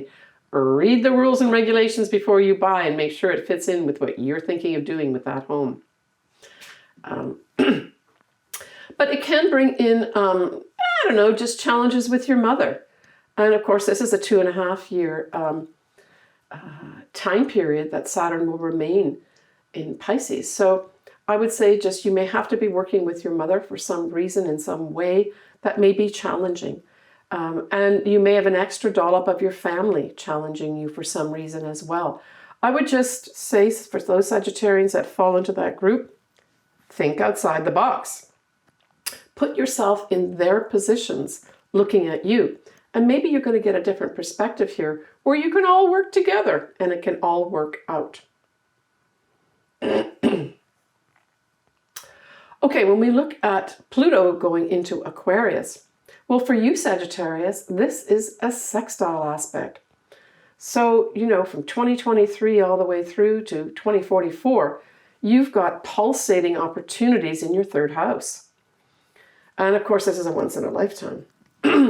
So the third house represents, generally speaking, any kind of communication. So I would say for those Sagittarians that want to up their game with regards to either how they present themselves, how they speak, how they write, this could be an awesome influence, a powerful influence to have opportunities to improve any of those areas. But it also brings into focus things like your siblings.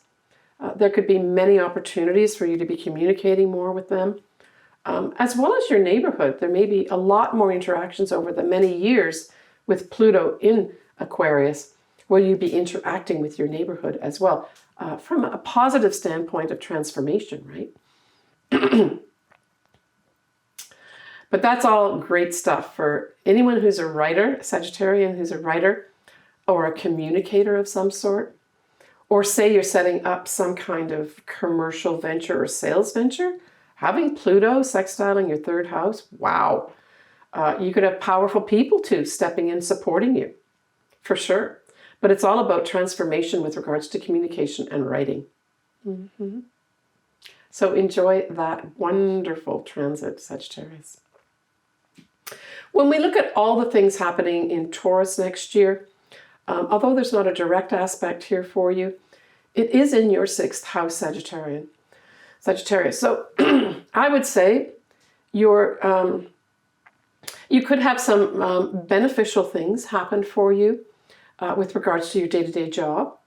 Your health could improve here, especially if you pull in aspects of Taurus, like I'm talking about maybe getting into really organic foods. We're literally growing your own vegetables, that sort of thing.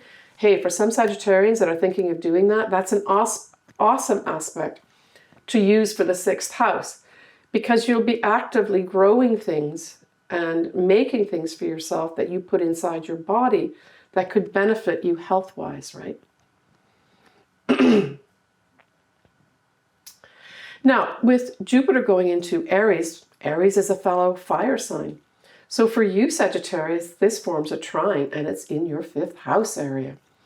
So this, for some Sagittarians, if you're looking for a new kickstart to your love life, this could be it. Now, Jupiter is operating, really, it's the first few months of 2023 in a direct way. So new love could come your way for the first few months for some Sagittarians that are looking for that. The 5th house also represents children. So there could be some wonderful opportunities with regards to children, including for those that want to, getting pregnant. But it may bring for other Sagittarians some fabulous creative projects that come your way, where you're able to really express yourself and maybe independently, right? That's very much part of Aries, is doing things independently.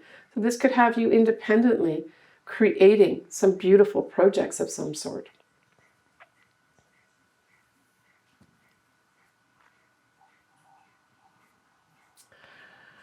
Okay, so when we look at the Venus retrograde that's going to be in Leo, and Venus will stay in Leo from June right the way through September, the early part of September 2023. It's in a fire sign, so we know it's favorable for you, Sagittarius, and it forms a trine to you. It forms a trine with your 9th house. And so I would say that on the surface, Some Sagittarians could get involved in a love relationship with somebody that's foreign, or there's some foreign connection with regards to your love life. For others, you could potentially meet somebody, some love connection, when you take a trip overseas. Also, some Sagittarians could do an advanced degree at this time and benefit from maybe, finding a love in the university setting as they're taking their degree. That could happen too over that June to September time period. But this could also have, for other Sagittarians, someone who is foreign, who has a foreign connection, that was a past love, come back into view for them. Yeah.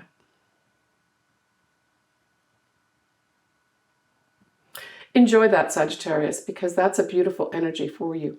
That Venus retrograde will provide some kind of benefit for you. Now, for others, it may also bring in, people that are of a foreign nature that, were friends of yours that you've not seen for ages.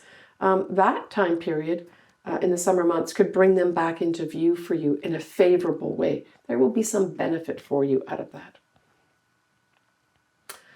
So Sagittarius, your new moon is on the 12th of December at 25 degrees of Sagittarius. So if you've got anything around that 25 degree mark, say it's your ascendant, your sun, your moon, maybe your midheaven, this is going to just bump that up in terms of bringing some new things of benefit to you. So certainly if you've got a birthday, say the 11th, 12th, or 13th of December, this adds longevity to the effects of that new moon on the 12th of December and makes the whole year, that whole birthday year, full of new things for you, new starts for you. So I wish you all the best if you do have your birthday around that time. But for all Sagittarius, that's your new year start. Enjoy. Bye for now, Sagittarius. All right, for Capricorn. So Capricorn, you've got a few things going on here. Hooray, hooray. Pluto, generally speaking, will be out of your sign. Yeah, I know it's going to retrograde back into the latter degrees of Capricorn, but let's just say we're going to start 2023 and say that we're clearing the decks here. Pluto's out of your sign, generally speaking. And with Pluto going into Aquarius, we're now having Pluto exerting influence in your second house of earned income, your values, your possessions, that sort of thing. So this, for some Capricorns, could bring maybe a long-awaited big increase with regards to your income. You may start earning big money at this point, for sure. Or at the very least, some form of income helps transform some aspects of your life. For others, you will just start a long time period of collecting possessions. Right? That's going to happen for you here. Or this could also add in that whole value system where you totally transform what you value. You totally transform how you maybe value yourself. You totally transform the way you expect other people to value you. You may get more respect happening for you. And as a result of getting more respect and value of yourself, you get more money coming in to you. When we look at Saturn going into Pisces, that forms, along with Neptune, a lovely sextile with your sign. And so this is going to be operating in your third house. And the third house is all about communications. It does cover your siblings, your neighborhood, short trips, more like early education, writing, but generally speaking, it's all about communications. So for those Capricorns that maybe need to brush up either their writing skills, presenting skills, that sort of thing, you're going to get lots of opportunities here to change that up and to polish those things. I'm thinking of things like Toastmasters. If you've ever thought, I'm not saying every Capricorn, But it's a great group to belong to learn how to easily and in a friendly environment, learn how to present yourself and to get a reflection on how you are coming across. And it's such an easy way to do that. But for other folks, this could have you taking even small courses, improving your writing skills, because the third house also represents writing as well. For others, it may have some kind of sales or commerce type activity going on here, where maybe you'll do the writing for some kind of commercial project. But this is a 2.5-year influence, so it's not like a fly-by-night thing. For you to basically improve, you're going to be given opportunities to improve the way you communicate. Now, for those Capricorns that maybe haven't been communicating well with their siblings, this can bring in some phenomenal opportunities to increase communications with your siblings. And it could come through some more senior person or older person that may help facilitate this. When we look at anything happening in Taurus, and of course we've got the North nodes that are still there, at least early on in 2023. We've got eclipses continuing in Taurus, and we've got new moons happening, and Jupiter going into Taurus. We've got Uranus in Taurus. This all favorably trines you because you are an earth sign just like Taurus. Trines you and aspects your 5th house. Awesome, awesome, awesome, Capricorn. So, really look at 2023 of making great progress. First of all, in expressing your authentic self, really being who you really are. Have confidence in that. Look to May as a month of phenomenal things happening with regards to your 5th house. So that is for those Capricorns that want to get pregnant. Awesome time to get pregnant. You're going to have all the energy there helping you to do that. For those folks that want to start their own business, great time to do it too. Maybe pick the month of May as the official month that you do that.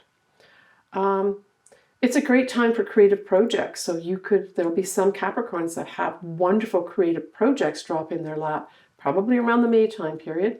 But the influence is here for a while. We're just looking at the year 2023. And they may be unusual, unexpected things happen. So these unusual, unexpected things can be an unexpected pregnancy too. Even though you may want it, you may not expect it to come at that time. Now the 5th house also rules things like your children that you may have already. So there may be some unexpected things that happen regarding your children that you hadn't accounted for. And it would all depend what else is happening in your chart. I'm not reading this as a negative thing.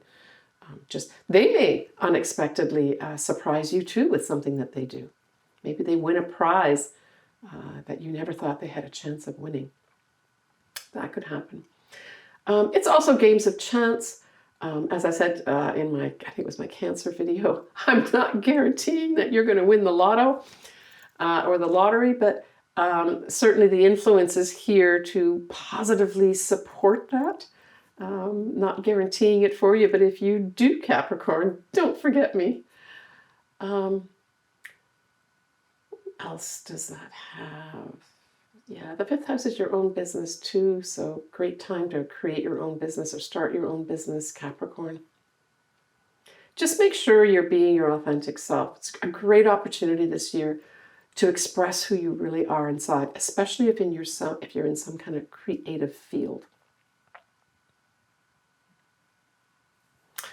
So when we have Jupiter going into Aries, and that starts at the end of December 2022 all the way through kind of mid-May 2023, it will form a square with your sign, Capricorn, and it will aspect your 4th house of home, the mother, by extension your family, could be your childhood home as well.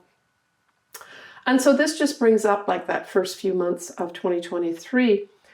For some Capricorns, you're going to have to be dealing with maybe some aspects of your mother or your family where maybe they don't like some path that you're taking of some sort, and you've got to work with them in some way that it's all not straightforward.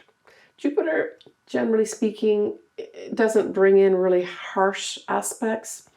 So I would see this as a win-win situation. As long as you think outside the box, you're going to be able to work with your mother and or your family to make things work. I mean, it can also have you deciding to, say, buy your own home, but it's not all straightforward. It could have some folks also wanting to sell their home. Again, not all straightforward. My suggestion would be with Jupiter here is to look to an expert. So Jupiter also can represent a teacher or an expert of some sort. That person could help you manage that square in some way. Now, if it is your mother or your family, and say some counseling has to be entered into, really look carefully at producing or recommending someone like an expert in the field that can help you all resolve your differences. Because that's there right now for you, Capricorn. Okay? And it's not going to be the same for everybody. And that effect really is just there from the standpoint of the Jupiter remaining in Aries. But you will have the ongoing, of course, eclipses that will be happening in Aries as well, and the north nodes will be in Aries. So the effect of this will be a little bit longer with regards to challenges, but it doesn't mean you can't overcome them. It just means there may be changes in all those areas I mentioned, the fourth house, that you have to adapt to, right? All right, so you have another Mercury retrograde. You had a Mercury retrograde at the end of December 2022. Got another one happening this year in 2023. And so that Mercury retrograde starts at 8 degrees of Capricorn on the 13th of December. And so I would say that, you know, in that month of December, you just may have to be careful about the messages that you're putting out, that you may have to review for those folks that maybe are involved in writing of some sort or messaging. You may have to redo some things at this time.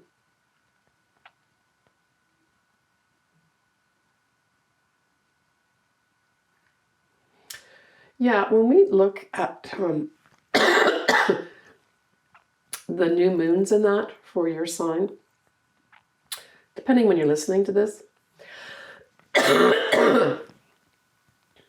there's a new moon that happens on the 23rd of December, 2022. That's at 1 degree of Capricorn, 33 minutes.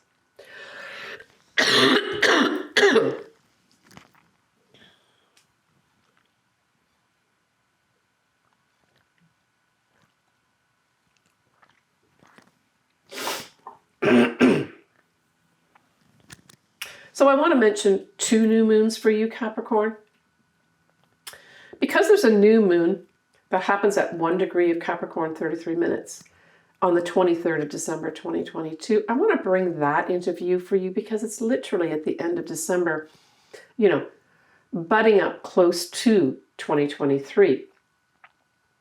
But you also are going to have a new moon that will happen in 2024.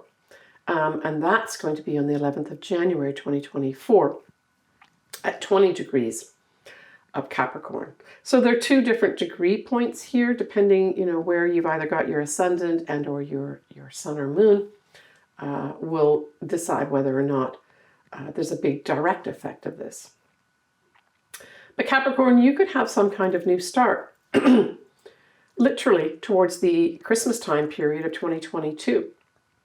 That follows you into 2023. And then you start a whole new period once that new moon happens again in 2024 on the 11th of Jan. But they're 2 different degrees, fairly large difference in degrees. And I really saw that new moon on the 23rd of December 2022 being of great influence because it's at 1 degree at the beginning of the sign. In terms of real newness, right?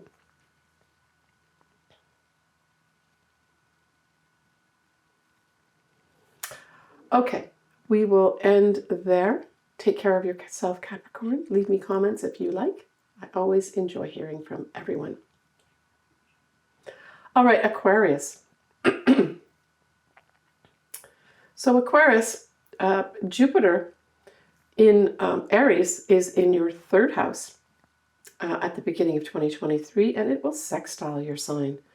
So these are opportunities coming to either write, present, any kind of communications could be very favorably aspected for you.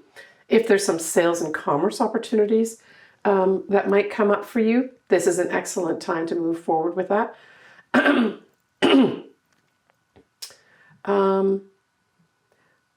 The other thing is going to happen this year, of course, is that Jupiter will go into Taurus. And Jupiter in Taurus is going to be in your fourth house and will be squaring your sign. So it's hard to get a bad aspect with the Jupiter, so I don't see this as the end of the world. What I see is, because very much Taurus can be involved in real estate too, this could be that there will be some Aquarians that either want to buy or sell their home. And this square may just present as a few challenges to do that. And I would say, with the Jupiter here representing potentially an advisor, is take your time picking out a really good advisor that can help you either buy or sell your home, or to do something with your home, right? It could be that you have to, or you want to remodel your home too. And that person that you want to do it may not be available, that sort of thing, and you have to work with them. So this square is more about working with some aspect with regards to a home. Now, the fourth house does represent your mother as well as your family. So there also could be some Aquarians that have to work with their mother or family for some reason. And there's challenges there, that it may not be so straightforward. I would suggest that you think outside the box as best you can and bring in experts or people that you trust implicitly to help you out of maybe some challenging situations if it comes to that with regards to your family or your mother. And it could be that there's some challenges that your mother or your family has where you have to actively step in and help them out, or that you may be a benefit to them and be able to help them at this time. Not necessarily a negative thing for you. When we look at that Mars retrograde, Mars will leave Gemini on the 25th of March, 2023. It was forming a trine with your sign and aspected the fifth house. So there may be some Aquarians that had a new love come into their life for some reason that was activated at this time. And there may have been some backwards and forward type stuff with regards to this new love relationship where maybe you were not sure about it. Or maybe this person disappeared for some reason or had to come out of the picture for some reason and then came back into your life as well. It's all about considering a potential love in your life. Now, the whole time period was from August 2022 all the way through 25th of March 2023, with the Mars retrograde happening in between. But the influence of Mars being in Gemini is that whole time period, a really long time period for you. So this just may have been you developing a love relationship, because that's what the fifth house can represent. It can also represent children. So there may have been some comings and goings with regards to a child or your children. It could have also been a time period for some Aquarians to set up their business. The fifth house also represents that. For other Aquarians, it could have had you doing some kind of creative project where maybe you went over some of the details or changed up something during the Mars retrograde period. And once we enter into March, it's all systems go with regards to maybe the big reveal of some creative projects that you've been doing. Now, because it's in Gemini, we tend to think it's going to be more to do with writing, communications, documents of some sort like that, right? But the fifth house does represent creative projects. Okay, so when we look at that Venus retrograde, right? That Venus retrograde in Leo, it's going to be opposite your sign, Aquarius. So it's kind of interesting. I think during that summer time period, with Venus being in Leo, whether it's direct or retrograde, this is going to be opposite in your 7th house. So that says to me, it could bring in something to do with your partner. For those that are married, it could have something happen with regards to your partner that's featured that affects you. It could have for other folks who are looking to get married and maybe lost the love of their life. For some Aquarians, that person's going to come back into view and you're going to have a second chance anytime between June and September 2023. And for other folks, there just may be, for some reason, challenges with regards to a love in your life. Because Leo represents love and it rules the 5th house of love, it's hard for me to generalize the 7th house to business partnerships, to be honest.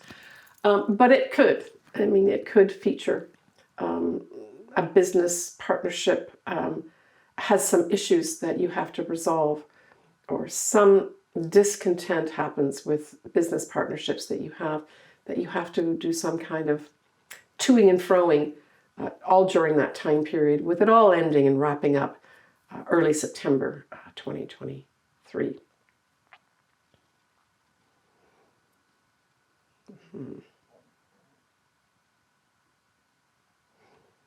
So you have Pluto now entering your 1st house, Aquarius. And so this is a once in a lifetime, having transformation coming into your life. Now Pluto moves relatively slowly. So unless you have something around the 0 or 1 degree mark, it's going to be quite a few years before Pluto has a direct effect on you in your 1st house or on your ascendant. But certainly if you do, for those Aquarians that have something around 0 degrees or 1 degree of Aquarius, whether it's your ascendant, sun, moon, midheaven, you will have already been feeling this. And Pluto asks us to transform. So this is a phenomenal energy for those Aquarians that have maybe been waiting for the whole lifetime to truly transform their life, to work for them. This is it. But understand the effects of Pluto are slow.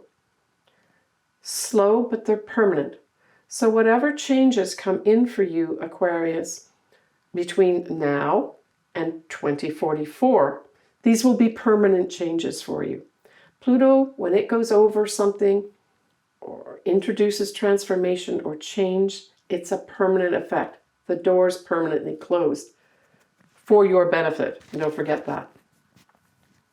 But this, if you want to have an image, Pluto in the 1st house, Pluto over the ascendant, is that image of that caterpillar turning into a butterfly. So if you can remember that image as you go through having Pluto being hosted in your 1st house, Aquarius, I think that will really help you. And certainly seek out things, people, places, events that do transform you. Welcome those things coming in. This can also bring in people of power as important for you. Certainly with Pluto in your 1st house, you do not want to step outside the law. And if you are approached by anyone that has power, you should respond in an appropriate way. But this could also bring power to you, Aquarius. And of course, that saying of, be careful with that power that you have, that you wield over other people. This could bring a very powerful position for some Aquarians. But use your power wisely. All right, when we look at all those things happening in Taurus, Taurus squares your sign. And it squares your sign, and the 4th house is aspected here. So certainly there's going to be some Taurians, not Taurians, but the effect of this Taurus square with your 4th house.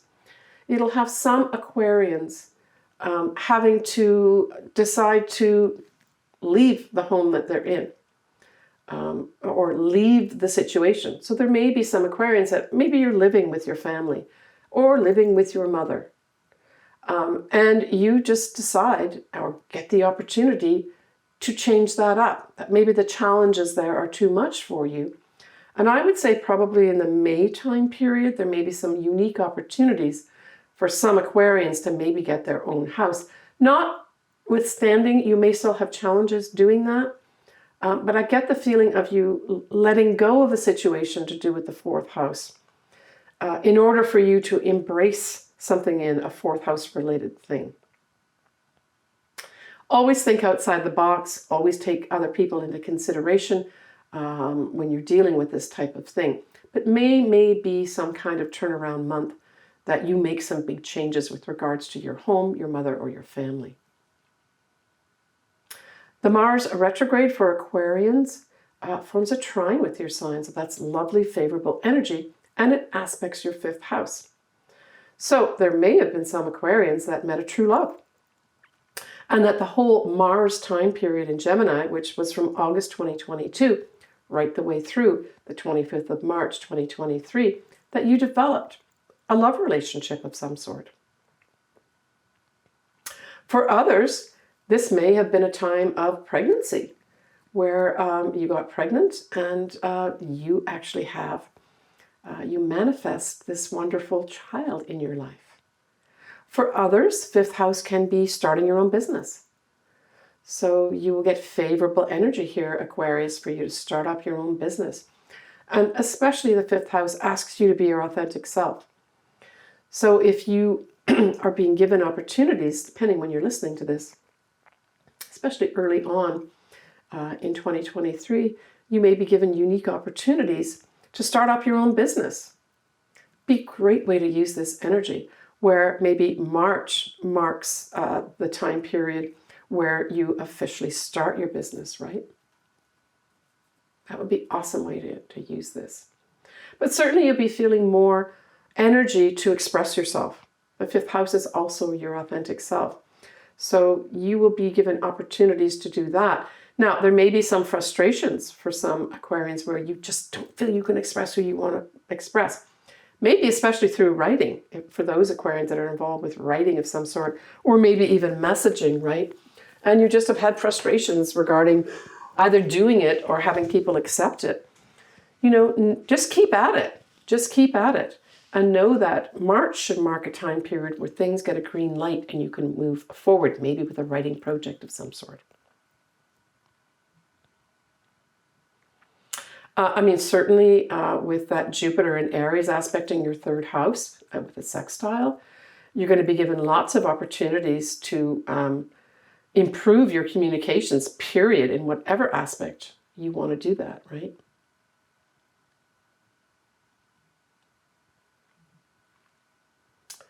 When we look at your new moon, we have your new moon on the 21st of January at 1 degree of Aquarius. So if you've got something around the 1 degree mark, let's say 0, 1 degree, or 2 degrees of Aquarius, that new moon could be significant for you, right? All right, so Pisces. Well, exciting times for you. You've got some structure and stability coming to your life with Saturn going into your sign. You're still going to be hosting Neptune there too, hopefully giving you great intuition and inspiration and spirituality. But with Saturn coming into your sign, generally speaking, we talk about Saturn coming into your sign, bringing you potentially responsibilities. But I really thought that with Neptune being in your sign, Jupiter was in your sign, you didn't really have any structure that you could tangibly hold on to.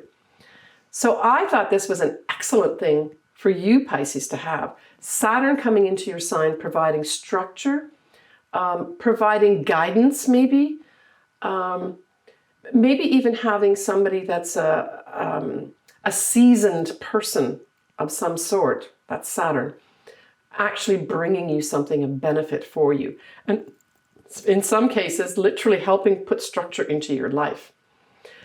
So I saw this as a really positive thing for those Pisces, say for instance, those Pisces who've had great inspirational ideas. There may be some Pisces that are very involved in music or any form of art or even dance. This Saturn coming in here could take those dreams that you've been having for maybe the last year or 2 years, and now you can actually see how you can put it together in some kind of tangible form. I saw that as outstanding in terms of an influence for some Pisces that are looking for that, right? But it brings, I thought, stability for you. It's your first house, Pisces. And I just felt with the effect of Neptune there, potentially providing confusion. Sure, it can provide great levels of spirituality and compassion. Those are lovely. But it can also provide this like dissolving type thing where you're just not sure about what's going on and you're confused. This Saturn will stop that confusion, no question of it. And it could even come in the form of a person too.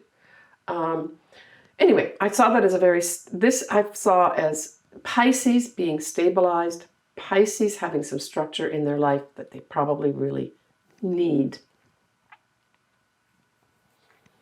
Now, it can bring in responsibilities. So there will be some Pisces, depending what your situation is, that you have to now take responsibility for yourself. That's kind of what that says.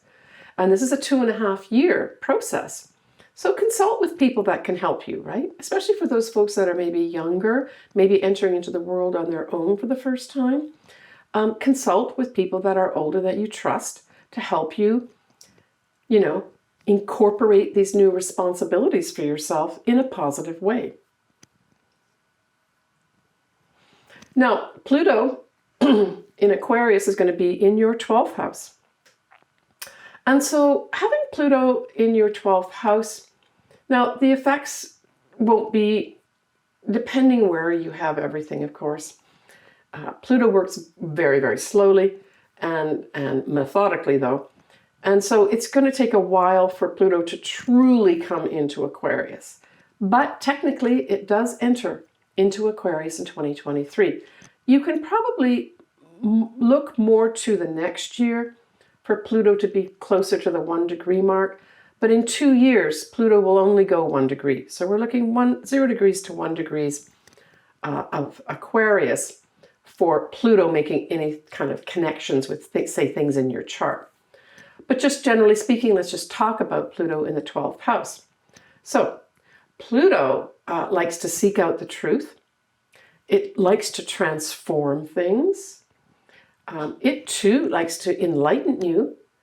And it certainly, when I looked at this, I thought, okay, for those folks that are actually serious about doing some psychological work on themselves, I honestly saw this as an awesome once-in-a-life opportunity to really help transform the inner workings of yourself.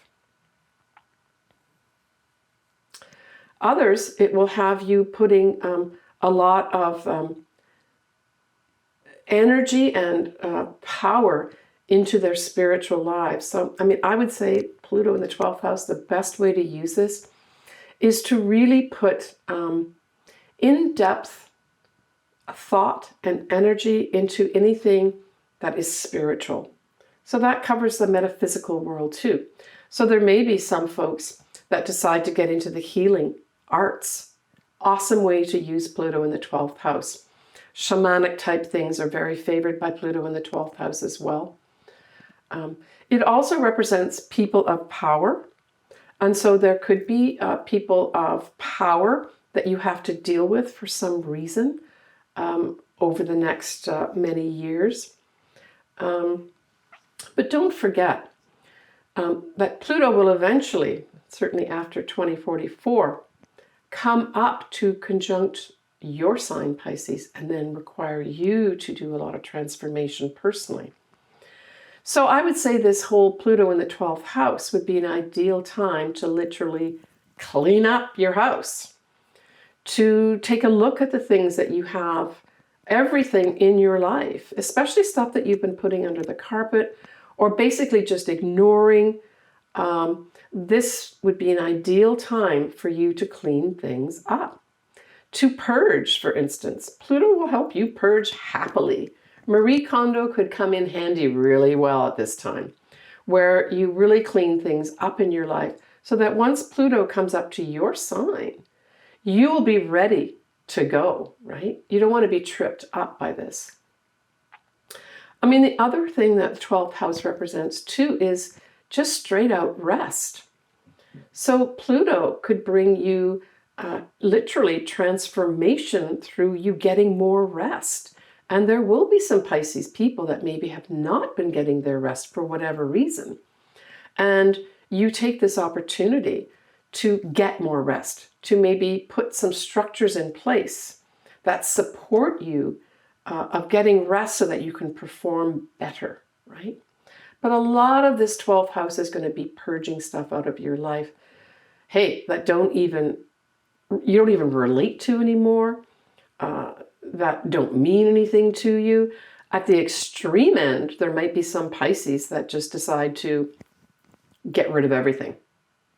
They decide, I'm going on a spiritual journey here, and I want to get rid of everything in my life. There's going to be some, Pisces that do that. And it's interesting, I've had at least one client, an older client of mine that did that. And she's landed in this phenomenal spiritual community where everything is going really, really well for her. And it was just such a beautiful story that's what she decided to do. She wanted to do that. But this is also transforming your inner world, right? And the 12th house is also karma. So for those folks that have been struggling with aspects of karma, this could bring in huge opportunities to transform that karma for the better, right? Yeah. So this year, when we have Jupiter going into Aries, this will be in your second house. So, hey, Pisces, this is an opportunity for you to increase your income. Opportunities to increase your income could be there for you, certainly for those first few months. So Jupiter goes into Aries literally the last few days of December 2022, basically stays to mid-month May 2023.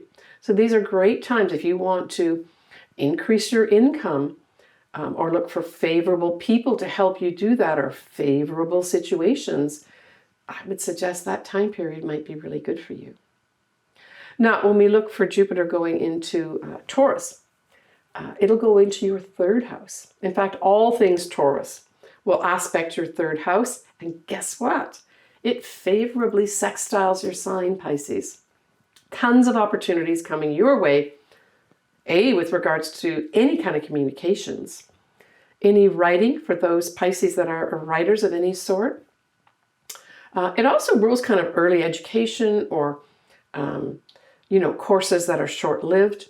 There may be a lot of Taurians that decide to take up some of those, maybe more than one of those. That is a successful thing to do with Jupiter being, not only Jupiter being in Taurus, but all the things that are happening in Taurus, which will continue on through 2023, right?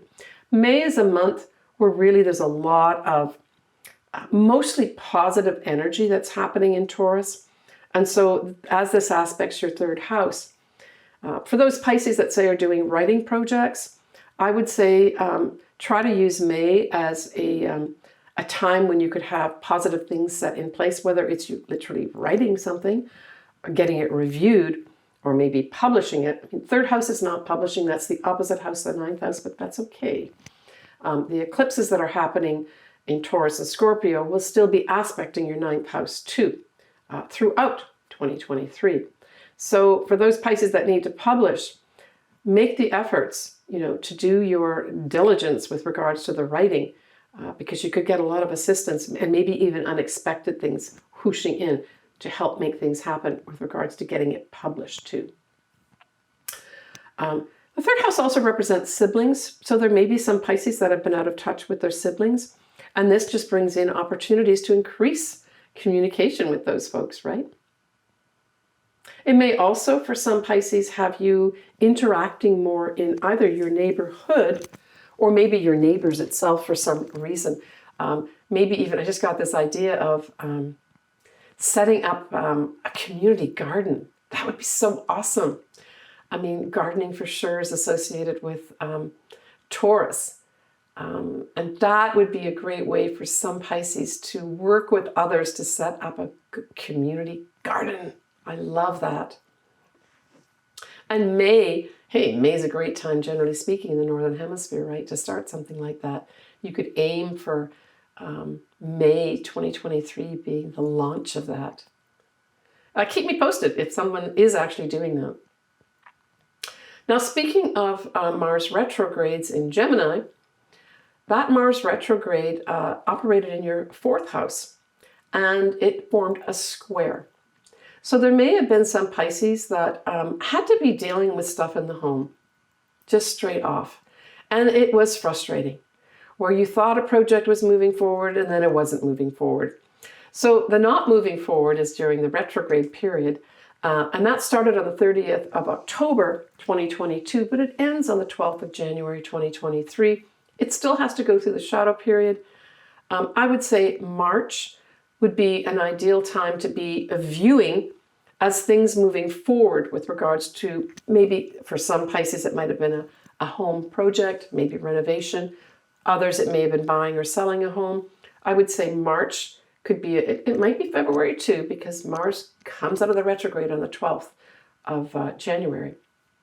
But look more for, I would say, March as a time period where things will get resolved and things will actually start moving forward again. For others, you may have had some contentions with your family and or your mother, where you've had to resolve some issues that were there. And the Mars retrograde may have worked out to be very positive, or is going to work out very positive for you with regard to resolving maybe some family issues or some mother issues.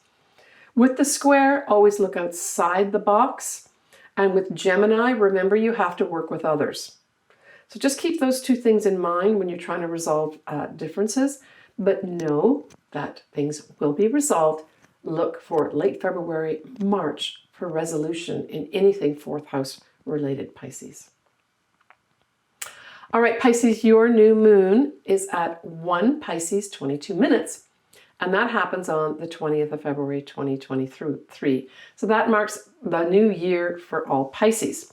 But in particular, for those Pisces that say have anything like an ascendant, a sun, or a conglomeration of planets, say anywhere between 0 Pisces, I will take it right up to at least 2, maybe even 2.5, 2 Pisces. This gives a bigger bump of the newness for that birthday year, if you have something in between those degree or on those degree points. Please take care of yourself, Pisces, and leave me comments. You know I'd love to hear from you. All right, everybody, that wraps up this video. Thank you for listening. I want to thank all my viewers, both my viewers as well as my listeners on Spotify. I really appreciate all your support by coming to my channels. It makes a big difference in what I can give and do for you. But I want to put out a special thanks for my clients all this year. You've made a difference to me making better videos. I've been able to purchase better equipment to bring a better quality of video to you. Hopefully you've noticed that. All right, I'm wishing everyone a great 2023. I'm very optimistic for it. I think a lot of things are going to be cleared up and a lot of things being put in place that'll benefit all of us. If you want your chart done, of course, I would love to do it. It's an ideal time to do it, end of the year or the beginning of the next year. Bye for now, everybody. Sending you lots of love and lots of positive energy for a great 2023. Bye for now.